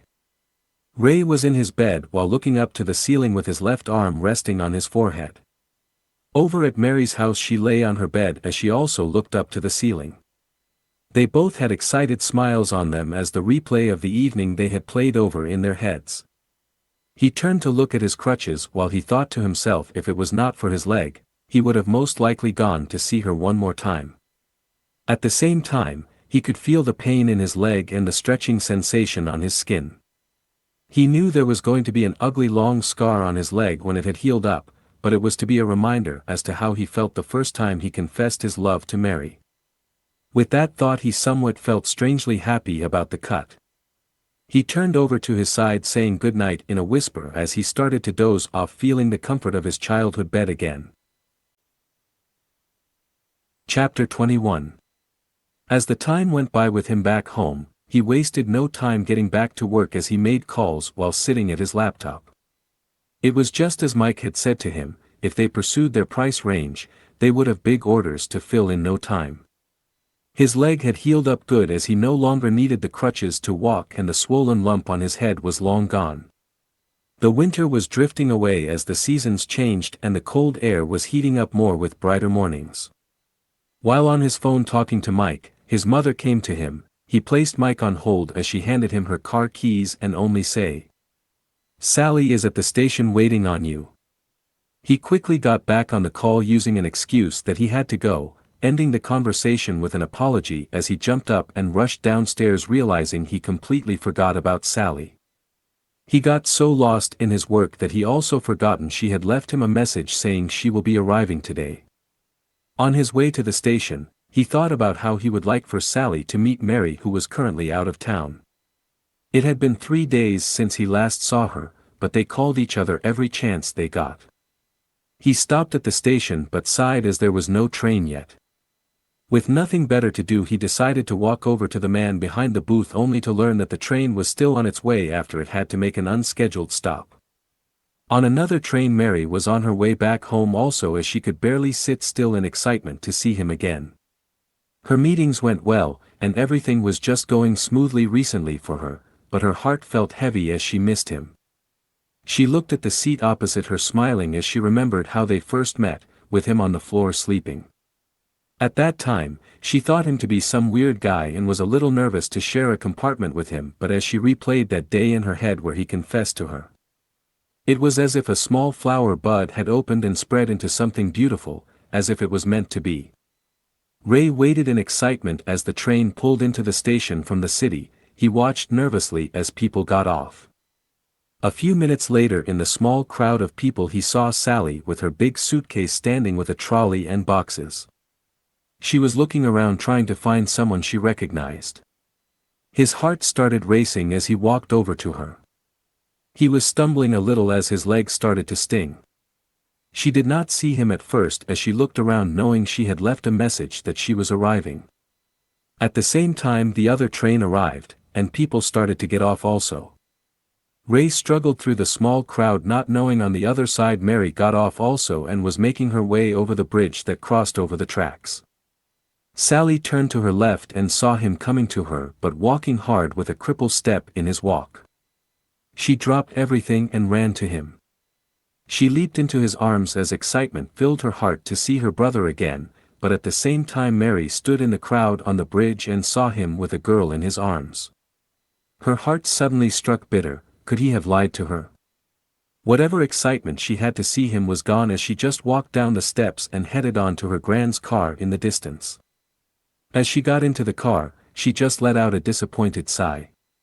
Her gran asked her why the sigh and long face, but she just turned to the window and told her she saw Ray with a strange girl in his arms. Her gran asked if it was not maybe someone else or perhaps a family member. But Mary said nothing. Sally stepped away to get a better look at him. She could not believe how good he looked from what she saw back in the city. She asked him why he walked so strangely as she wiped the tears from her cheeks. He remembered she did not know about the cut and said he would explain later as he simply took her bag. Upon reaching the house, Sally got a warm welcome from her parents, who shed tears of joy as their daughter also came back home to them. They all stood together as Ray watched them from the car. He smiled, knowing everything was just getting better and better for him still. He did not see Mary at the station, who wanted to surprise him though, as she had finished her work in the growing town sooner than what she said. Their parents both took a day from work to spend time as a family again. Ray and his sister were sitting in the living room catching up as he told her about his leg and Mary. She was so happy to see how lively he was as he explained everything that happened while he was home. While explaining and mentioning Mike, she suddenly stopped him and asked, "Ray, is he angry at me? I was a little rude to him back in the city." He could see she still had feelings for him as she hardly tried to hide it or did not know it was showing. He told her Mike was anything but upset with her as he was excited to have her start as the florist on the farm. To quickly distract her, he jumped up and pulled up his sleeve of his pants to show her the long cut, knowing she was a bit squeamish to such things. She jumped back as she saw the length of it. She looked up to him asking him how it happened. He sat down again, and he started to explain about him and Mary and what had happened. She held her hand in front of her mouth and turned her head slightly as she said with a grin, "You are so sly. Never thought you would literally fall so hard in love like this." Ray blushed and flipped out a cigarette. It twirled in the air right before he caught it and got up to avoid any further embarrassment. "I need a smoke and a walk, you coming?" Later Mary came out of her room and told her gran she was heading to the shop as she needed supplies.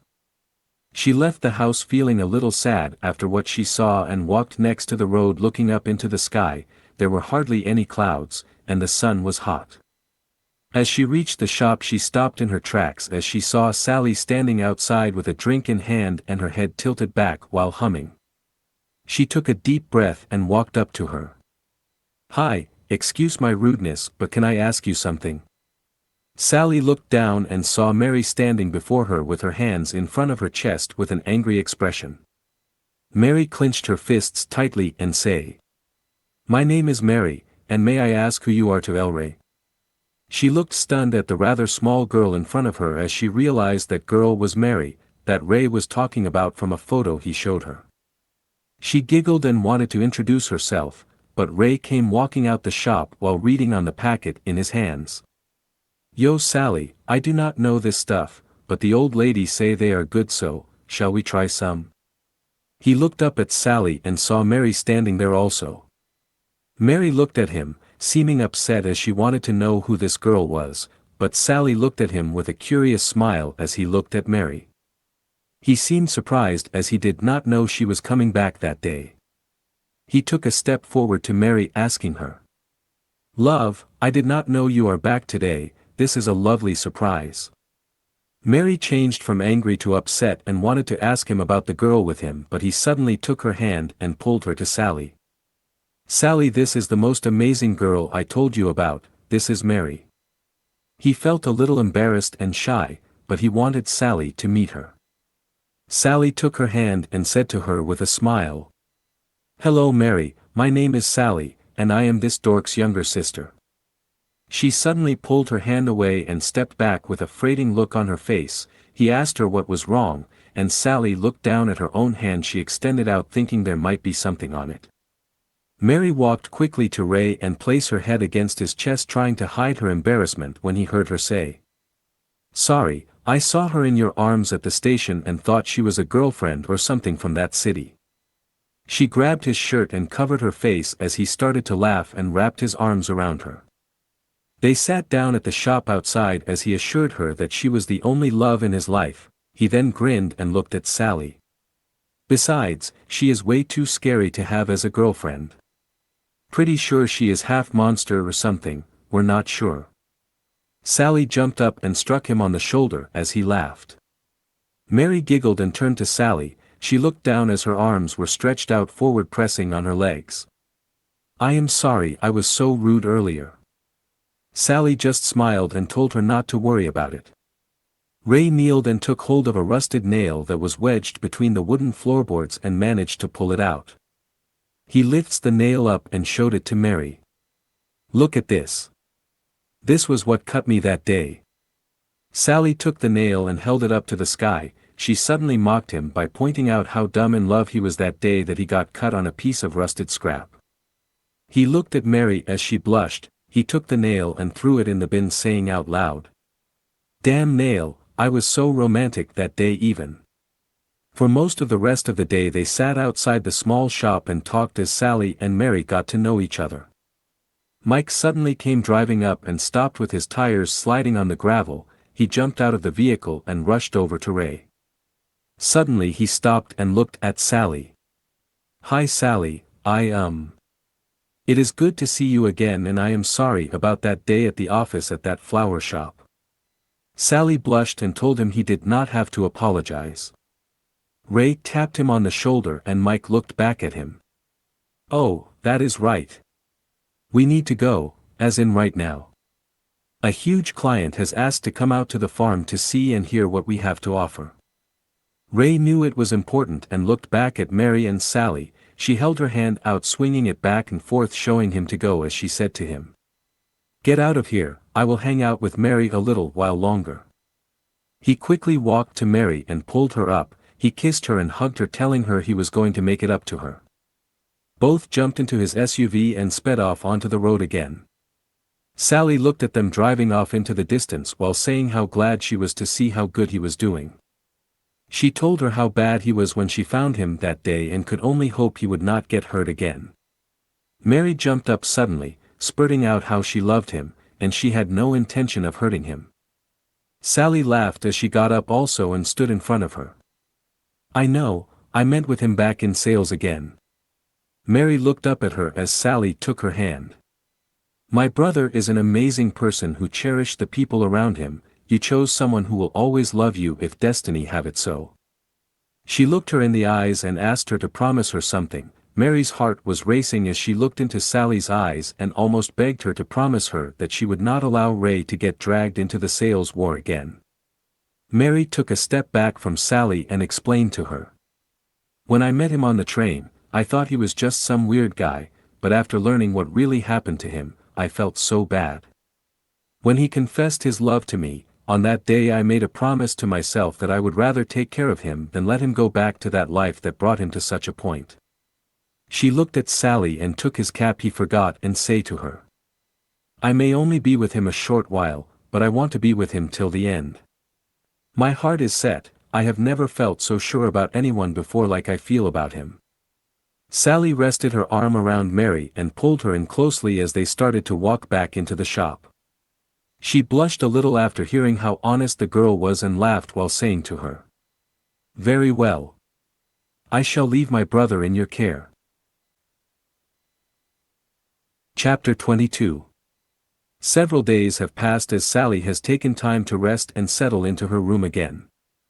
Ray and Mike were busy with non-stop work. Both needed to get the farm up and running more efficiently as Ray was reaching out to as many clients as possible for their future growth that was already in the ground. Sally was eager to start working but Mike and Ray had not told her yet more about what her role would be on the farm. The offer Mike wanted her to fill was much more than what she did in the city. The new month started as Ray got up, rolled out of bed and placed his feet on the small carpet next to his bed. He was ready to start the day as he rubbed his hand over the long scar on his left leg. The scar had healed up so much that the inner stitches no longer felt as if they were there. Every time he felt the scar, he remembered that day as he smiled while thinking of Mary. He looked over to the calendar on his desk as he lit a cigarette. It was the day Sally was finally going to the farm for the first time to learn what her role was. After dressing and getting ready for the day he knocked on her door to get no answer and slowly opened the door while announcing his entrance. As he scanned the room while entering, he saw her bed was empty and neatly made already. He went downstairs to find her sitting with a file in her hand and his laptop already packed up in his bag. She looked at him and got up with a sigh. "About time you got up, I am ready and excited for my first day, so get a move on already." He just smiled and grabbed his bag. They left the house with her right behind him basically pushing him. On their way to the farm in their mother's car he filled her in on what she should expect from their business. Sally hardly heard him as she looked outside in deep thought. She was going to work on the farm with only the flowers as a simple keeper but as they drove into the gate, they saw the workers all lined up and Mike in front of them waiting for them. She asked her brother what was going on. But Ray just smiled and remained quiet. When they stopped and got out, they walked up and stood next to Mike. They looked at Sally who seemed a little shy and confused as everyone had their eyes on her. Mike called all the workers closer and looked at Sally as he handed her a file and keys while saying out loud so all could hear. "Sally, you are a florist as I was told, and I also read your portfolio. I as the owner and Ray as my partners in the business wish for you to be the manager of this farm and assist the growth of our flowers how you think is best." She looked at Mike and Ray with her eyes wide open. She thought she was to be the florist only, but they offered her the position as manager also. Mike smiled after she quickly and gladly accepted the position. She looked at her brother seeking confirmation of what she had just heard to find him just nodding with a smile. She looked back at Mike saying to both, "Thank you for the opportunity, I will do my best and make these fields flourish." Mike looked at Ray and he just gave him a thumb up. Ray stood back with Mike as he looked at everyone coming closer to Sally to introduce themselves to the new manager. He could see she was happy and that made him happy, knowing the sacrifice she made to move back home was worth it. Mike was more excited than ever as his crush was always to be close, which was clear as he had a rather goofy smile. Sally took no time to get to work as well, making notes of all the vehicles and got to know all the fields along with what was required.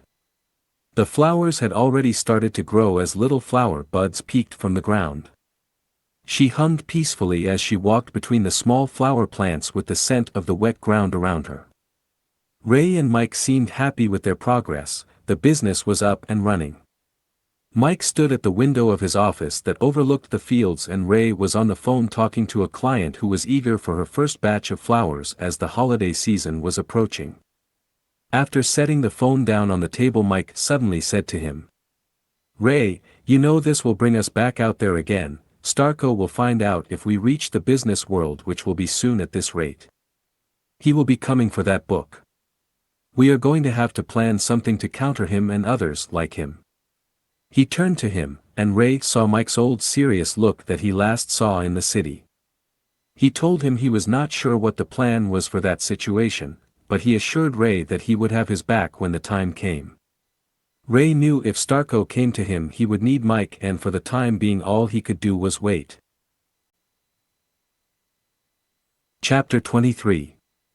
A few months later the flowers had all reached their peak as trucks with flowers were leaving the farm for the first clients. Sally was working hard to make sure the flowers were all perfect for the highest and royal of person. Ray and Mike barely had a chance to catch a breath as business was booming with orders that came in. All the flowers they had harvested and prepared were leaving the farm as all had been bought. It even got to the point where they had to turn away orders as they did not have enough. Later that afternoon, after the last trucks left the farm, Sally came to sit with Ray and Mike as they sat outside looking over the fields that were being prepared for the new growth. They were tired and worn out as the day of non-stop work had drained them. Sally knew the two of them were the best reps, but she had no idea they could turn up such good sales to sell all the flowers they had grown in such a short time. Over the few months the two reps had been out working hard. The results of their hard work were clear as they had made double their profit from the first batch. The workers were all happy and left for their homes with an extra little bonus to their salaries for reaching the target. Ray had not seen Mary much over the last few days as both had been working. With the weekend rolling in and their sales done, he wanted to spend the weekend with his love as he said to Sally, "I have to get going, I am planning an evening with Mary tonight and don't want to be late." She looked at Mike then back at Ray. She told him to go ahead as she was sure Mike would take her home. Mike eagerly agreed and Ray held out his hand to Mike. He looked up to him with pride saying, "We barely tried like we used to and look what we did together, the future looks bright, partner." Mike smiled and agreed as they shook hands.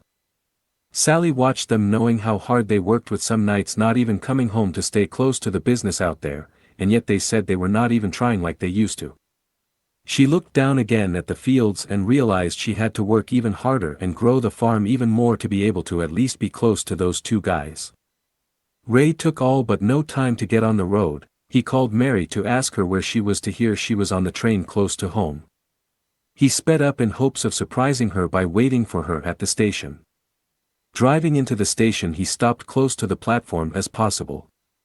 He got out as the train arrived and stood against the side of the car. Mary stepped off and saw her gran was not there, but little did she know he phoned her gran and told her he would pick her up from the station. She came down the steps of the platform feeling exhausted from the long day but stopped in her tracks when she saw him standing there.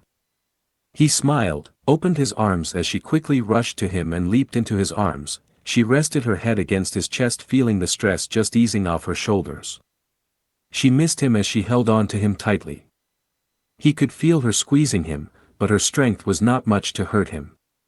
He lifted her head and gently kissed her before stepping to one side and opening the door for her. It was only a few minutes' drive before they reached her home. He walked in and sat on the couch as she quickly rushed up to her room to get ready for their evening out that he planned for her. Her gran came walking to him as he politely greeted her. She remained silent for a moment and a smile greeted him as she said to him, "Heard a rumor that two famous sales reps have set up a flower farm outside town and it is making a huge success. I hope they will visit me in the future for their export needs." He laughed as if to try and hide his pride, but she could see it. She took his hand and said to him, "I am glad to see you are healing so well here. We all feared you would not find a way to get back up again, but, look at you now, you are looking much better than ever before." He felt very emotional to hear her say such kind words, but Mary came rushing downstairs again after she changed. She said to her gran not to wait up for her and rushed out the door with him hooked in her arm, barely giving him time to be in that moment. They got back in the car and Ray suddenly just sat there in silence. She looked at him, seeing the shine in his eye as a tear started to form. Quickly he wiped it away and looked at her, and with a smile he told her it was about time they spend some time together. She gripped his hand tightly to let him know she was still there, and they drove off into the night. Mary was not sure as to what he had planned, but she felt a little sad to have seen him so emotional just a moment ago. For him to quickly pretend to be okay again made her realize he still needed more time to let her in. She took a breath and asked him about it, but he smiled and told her the kind words her gran told him and how happy it made him to hear it. She rested her head on his shoulder, telling him both her and her gran were happy to see him looking so much better. The night was cool, and the sky was clear. Ray drove on a small gravel road between thick lush bushes that had grown higher than the car. Mary seemed a little scared to be in the pitch dark after they drove out the town. She looked at him nervously to see him smiling as he gently placed his hand on her cheek and turned her head forward again. Mary took a deep breath in amazement as they slowly drove out of the lush bushes to an open area that overlooked the valley with the town in the far distance.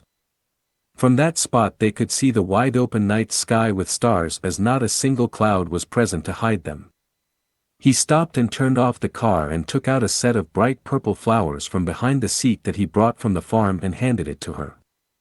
She looked at him as he said to her, "I really wanted to show you this for a while now, how vast the sky is with the stars all up there in an endless universe, just like how my love is for you." She felt her cheeks heating up as she blushed and quickly leaned over and kissed him. He got a packet from the back seat with an evening meal inside that he quickly picked up for them on his way home. They sat right there in the dark of night with the breathtaking view and had dinner in the car. They told each other stories from their past, sharing happy memories which had led them all up to that point. After hours of talking, they sat back with the seats tilted back all the way and looked up at the stars through the windscreen. For the rest of the evening, they just sat there tightly against each other while they held hands in silence and cherishing the moment. Around 2 in the morning he shuffled upright as he noticed she was tired and half asleep. He pushed his seat upright again and told her that it was time to go back home. He turned the key and drove back through the lush bushes. As they reached the tar road, Mary leaned against his shoulder again and whispered to him, "Let's go to your house, I want to spend the night with you." He smiled and kissed her on the head as they drove on the quiet dark road home down from the mountain pass. That night the same dream came haunting him again, but Ray no longer felt the fear he used to as the big dark shadow man sat in front of him again. He did not feel the heavy force keeping him down as behind the big man stood no one anymore and there was no voice talking. All he could hear was silence between them as next to him on his left stood Sally and on his right Mike and behind him Mary with her hands still resting on his shoulders. The big man was speaking, but he no longer could make out the words he was saying. Soon the big man got up and slammed the desk with his fists, but Mary just came walking around in front of him and took his hand. She led him out the door with her warm smile as Mike and Sally held the doors open. He woke up to hear the wind howling through his window. The air was cool as he thought to himself how the dream had changed so much. He placed his hand on his head and felt someone holding on to him. Next to him he could see Mary tightly against him, fast asleep. Her body was warm, and her hand was resting on his chest as she was snuggled up against him. She had the same warm smile she had on the train the day they met. He kissed her on the head as he felt happy and loved like never before. The night felt short as the next morning alarm woke him. The sharp light from the morning sun brightened up his room as sat upright on his bed with his feet firmly on the ground. Mary moaned and lifted her head up half asleep and asked him, "Is it morning already?" He looked back at her to see her short hair was all fuzzy and her eyes half open. His heart started to race as he could almost not believe how cute she looked half asleep still in that state. He leaned back and kissed her on the cheek, but suddenly Sally burst into his room. He jumped up and Mary quickly pulled the blankets up over herself as she had nothing on under the blankets. Sally paused for a moment as she saw Mary in bed with him. He waited for her to say something about Mary in his bed, but Sally walked over to his chair and fell on it with a loud sigh. Ray looked at her, seeing she was still in her clothes from the previous day, and asked her, "Sal, you, okay?" She looked up to him with her cheeks red and said to him, "Ray, me and Mike totally did it." He looked at her confused at first, but his thoughts quickly caught up as she looked at him with a serious expression before explaining to him. "We had a few drinks and I ended up confessing to him, but he told me he felt the same way. We ended up kissing and everything was so magical, but then we—" She paused and quickly covered her face with her hands, rubbing her cheeks. He knew what she was talking about, but he also knew how Mike felt about his sister. He knew there was just no way it was a one-night thing for him. Sally just got up and walked out to her room as he still sat there, not hearing another word from her. Mary sat up straight with the blanket still covering her and rested her head on his shoulder. Suddenly his mom walked by and stopped at his door that Sally left open to see the two of them. He looked up and saw her standing there. Quickly he jumped up, but she grabbed hold of the handle and just gently closed the door. He fell to his knees as he suddenly felt embarrassed. Mary knew just by looking at him what was happening and apologized to him, but Ray just let out a giggle and said to her that he had planned to talk to his mother first thing that morning about it. Mary fell back onto his bed after hearing it, like confirmation that the two of them were serious about each other. She looked at him just sitting there and asked him, "It was not that bad, was it?" He sat upright, realizing she was asking about their night together, but he himself knew it was a night like no other, and turned to her. He saw her looking away, trying to hide her face after asking such an embarrassing question, but he got up, pulling his shirt over his head, and told her, "Bad is the wrong word, I would rather use the word, best." He stretched his arms up and walked out of the room to go find his mother. Mary just smiled as she felt the strong feeling towards him flushing her heart. He got downstairs and sat at the table with his mother, knowing he had some explaining to do, but just as he was about to say something she looked up at him. "You are a grown man, what you do has nothing to do with me, but I would appreciate it if you could at least keep your door closed." Ray looked at his mother and saw her smiling. He got up and walked to the kettle to make coffee and told his mother how serious he felt about Mary, but, again she just smiled and told him she knew. After making coffee he went upstairs with the 2 cups and found Mary sitting up as she was getting dressed. She looked at him and quickly apologized for getting him in trouble, but he let out a slight laugh as he placed the 2 cups down. He told her she had nothing to apologize for and explained to her that his mother was more shocked about the open door than them together in bed. After coffee they went to her house first so she could freshen up, then left to go to town. Sally was locked in her room feeling confused about her night, but he stopped outside the house and walked up the stairs to ring the bell. Sally's mother opened the door and welcomed him, waiting for his cockiness, but he did not seem like his usual self and only asked if he could see Sally. He sat down and waited in the living room as her mother went to call her.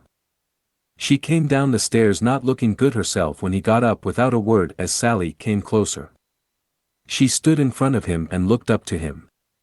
"I am sorry about leaving myself so open last night. I am not really that type of girl that just does something like that." Mike took a deep breath, calming himself, and said to her that he meant every word he said. He suddenly wrapped his arms around her and told her he wanted her to be part of his life no matter what. She lifted her arms and embraced him as she whispers to him how long she waited for those words. Her mother just stepped outside smiling as she could tell there was romance in the air.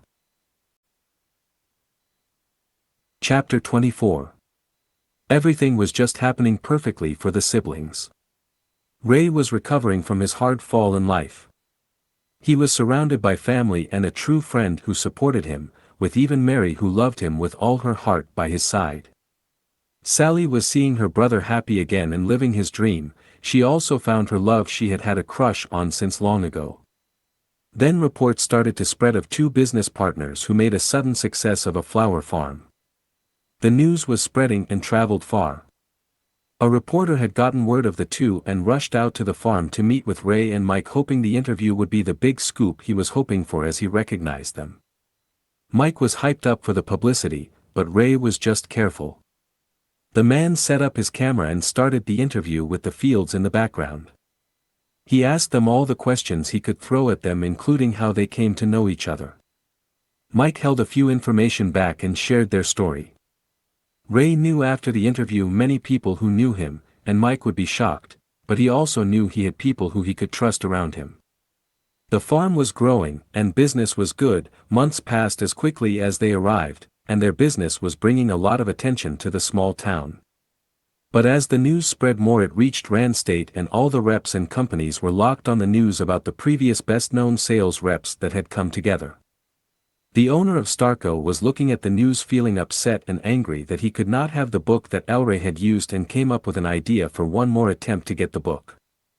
Mary had moved in together with him after they realized they started to spend every night at each other's anyway.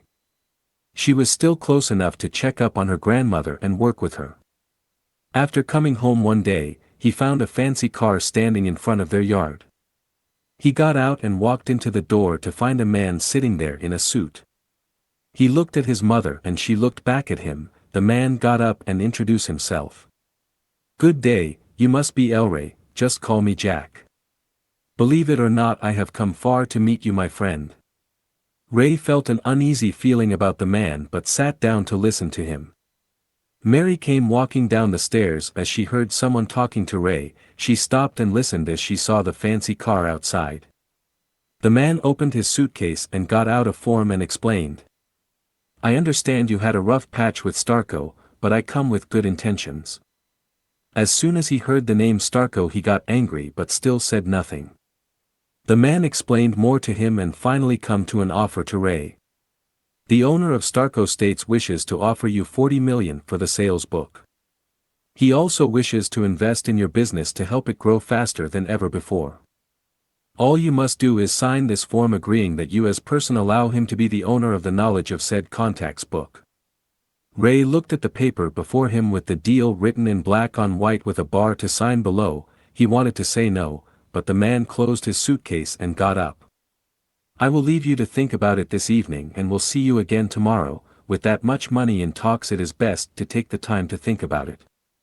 He made his way to the door and saw Mary standing on the stairs. He greeted her politely and walked out the door. Ray's mother closed the door and curses at the man. She looked at Mary, hinting for her to go the Ray as she knew it was eating at him. She walked into the living room and saw him just standing there. As she came walking closer, he took her and pulled her in, wrapping his arms around her, holding her tightly, and whispered, "My past is on my heels again." Mary did not know what to say to him and just held on to him. His mother quickly got on her phone and called Sally, who was staying with Mike most of the time, and explained to her what had just happened. About an hour later, Mary was sitting on the wooden bench and looked at Ray as he walked up and down the front yard smoking cigarette after cigarette, when suddenly Mike and Sally stopped in front of the yard. Mike jumped out cursing at Starco and grabbed Ray by the shoulders. "Where is this man? Let's go kick his freaking teeth in. Ray just pulled on his cigarette and told Mike that it would not matter. He knew they would show up eventually when they posted that article which placed them under the spotlight. Mike was furious, but he knew Ray needed him to be calm as he took a deep breath, calming himself. Sally was with Mary trying to get information on what the man said to him as Mary shared with her what she heard. He looked up at the afternoon sky knowing it was never going to stop as long as that book was out there. The whole afternoon was spoiled as Mike cursed again and say, "Damn it. I knew that the interview would be risky, but I took it anyway thinking it could work for us, but I screwed up again." Ray looked at Mike and suddenly said to him that he might be a genius after all. He looked back at Ray confused, but Ray suddenly said, "They don't care about me, they want the book like you said, so let's get rid of the book in a way that will end this once and for all." Mike was still confused as to what Ray was saying, but he asked him to call the reporter again and told him to set up another interview. The next day the man from Starco came back for Ray's decision. Mike and Sally were there also with Mary. Ray handed the paper back to the man and say, "Phone your boss and tell him this end now. Tell him he should turn on the news to get my reply." The man was not happy with his answer, but he noticed Mike was upset and ready to pummel him at any moment and just left. The reporter had his equipment set up and ready. Mike and Sally were eager to hear what Ray was planning, but Mary just stayed in the background as Ray took Mike to one side to explain what he was planning. She came to stand with Mary and told her she was worried, but Mary comforted her and told her she was there for him no matter what. After explaining to Mike his plan, he walked back to the reporter so they could set up the mic onto his shirt. Mike walked over to Sally and handed her his cap with a big smile. The camera was on, and Ray stood ready with Mike next to him. In his hand he held the red book that everyone was after. He looked at the camera and started to speak. "My name is Elray. Most of you in the business world will know me as the previous King of Reps, a title that was given to me. First, I wish to apologize to all the companies who relied on me to assist with their sales. I know I have let you down and no apology can make up for it. A certain company played me and used blackmail to control me. This man ended up destroying my life and everything I believed. I soon learned that they were after my contacts list, as most would know is worth millions." He lifted the book up to the camera and continued. "This right here is what it is all about. This book has caused me to lose everything. I am sure many know of the rumor that with this book the middleman can be cut out, which is the sales reps, and I am here to confirm this. The list of people I have in this book have strong connections with the right people to play the market." Mike came walking from his car with a small bottle in hand and stood in front of the camera with Ray. He placed the book on the ground without saying a word as the whole world of business was watching. The owner of Starco was furious, but Ray and Mike looked back at the camera as Mike poured the fluid from the bottle over the book and lit it on fire. The book burst into flames as the pages start to crumble into nothing but ash. A few moments later Ray kicked the heap of ash to show nothing remained of the book. He looked back up to the camera and said to the people who were watching, "To all the sales reps out there who see or hear this, I apologize for just stepping down. As you can see, my greatest rival stands with me and we are business owners of our own and do rep work for ourselves. The title of Sales King is open and ready for the one who can prove themselves as an honest dreamer. To those who think you can bribe, blackmail and cheat your way to the top, know that you will never be a real king of reps with no honor. I stand here to tell you reps who are trying to make a name for yourselves to never give up. The battlefield of the business world is cruel and harsh, but hold on to your goal and you will get your chance." Ray threw his arm around Mike and say, "Make us proud and come to the top with us so your name can echo throughout the world. Remember, the goal of being a rep is not only to make yourself rich but to help grow the business world. The more you can assist businesses to grow, the bigger the market will be. We are still here and our names will reach far and wide. So again, I say to you, come, we are eager to hear your names echo out on the battlefield as well. The world of business was shaking by the words of the previous king of reps. A rage and urge to go to battle was surging through the reps as it was made clear that the throne was open. The owner of Starko was red with rage as he saw the book burn up in flames. He knew he had nothing to go after him anymore and clearly had lost this battle as everyone knew what he had done. The name Elray and Mike were feeding the battlefield as people all forgot what being a sales rep was about. The reporter packed up his camera and looked at Ray. "Wow, your names will echo down in history for a long time still, I am sure of it." After he left, Mike looked at Ray. "You, okay? That was something else." Ray burst into laughter like they had not seen before. He grabbed hold of Mike's hand, shaking it. He looked him in the eyes and said to him, "It is like we agreed upon, partner, let's shine again, nothing can stop me now." Mike smiled knowing Ray just placed all his trust in him and lifted his hand above his head in a fist and yelled out loud. "All right people, let us go out for the evening to celebrate this victory that Ray just got." Sally rushed over to Mike and leaped into his arms, but Mary came to Ray and rested her head against his chest. He wrapped his arms around her as he heard her saying to him how proud she was of him. With her in his arms he looked at Mike and Sally jumping around laughing. His mother and father were standing at the house looking at him smiling. Suddenly everyone got quiet and looked at him. He looked up at the sky and took a deep breath, feeling the open country air soothing his body as he looked back down at them and say, "I am home with my family. I have all the riches I could ever want, right here." As time went on, Elray and Mike grew their business more and more as they bought more land around the small town. The small town that was all but forgotten by many people became known as the home of one of the biggest flower suppliers in the country. Mike and Sally had taken the step towards getting married after he proposed to her, and she ended up carrying the love and joy of their baby inside her as Mike held pride in his new family. Ray and Mary had moved out of his parents' house to one of the farmhouses and was moving their relationship slowly with no haste. Mary saw no other man like Ray still and was eager to start their family also. He was no longer held down by such heavy sadness and depression as he knew he had people around him who were not there for money but for each other. The news came later that the owner of Starko had stepped down after Jess revealed to the public the actions of his greed. She also managed to buy most of Starko through the bank and sat as the biggest shareholder of Starko, planning to right the wrongs of the previous owner. As for the freelance reps, they were all pursuing their dreams in hopes of one day holding the title as king of reps and having his or her name next to Elray and Mike's.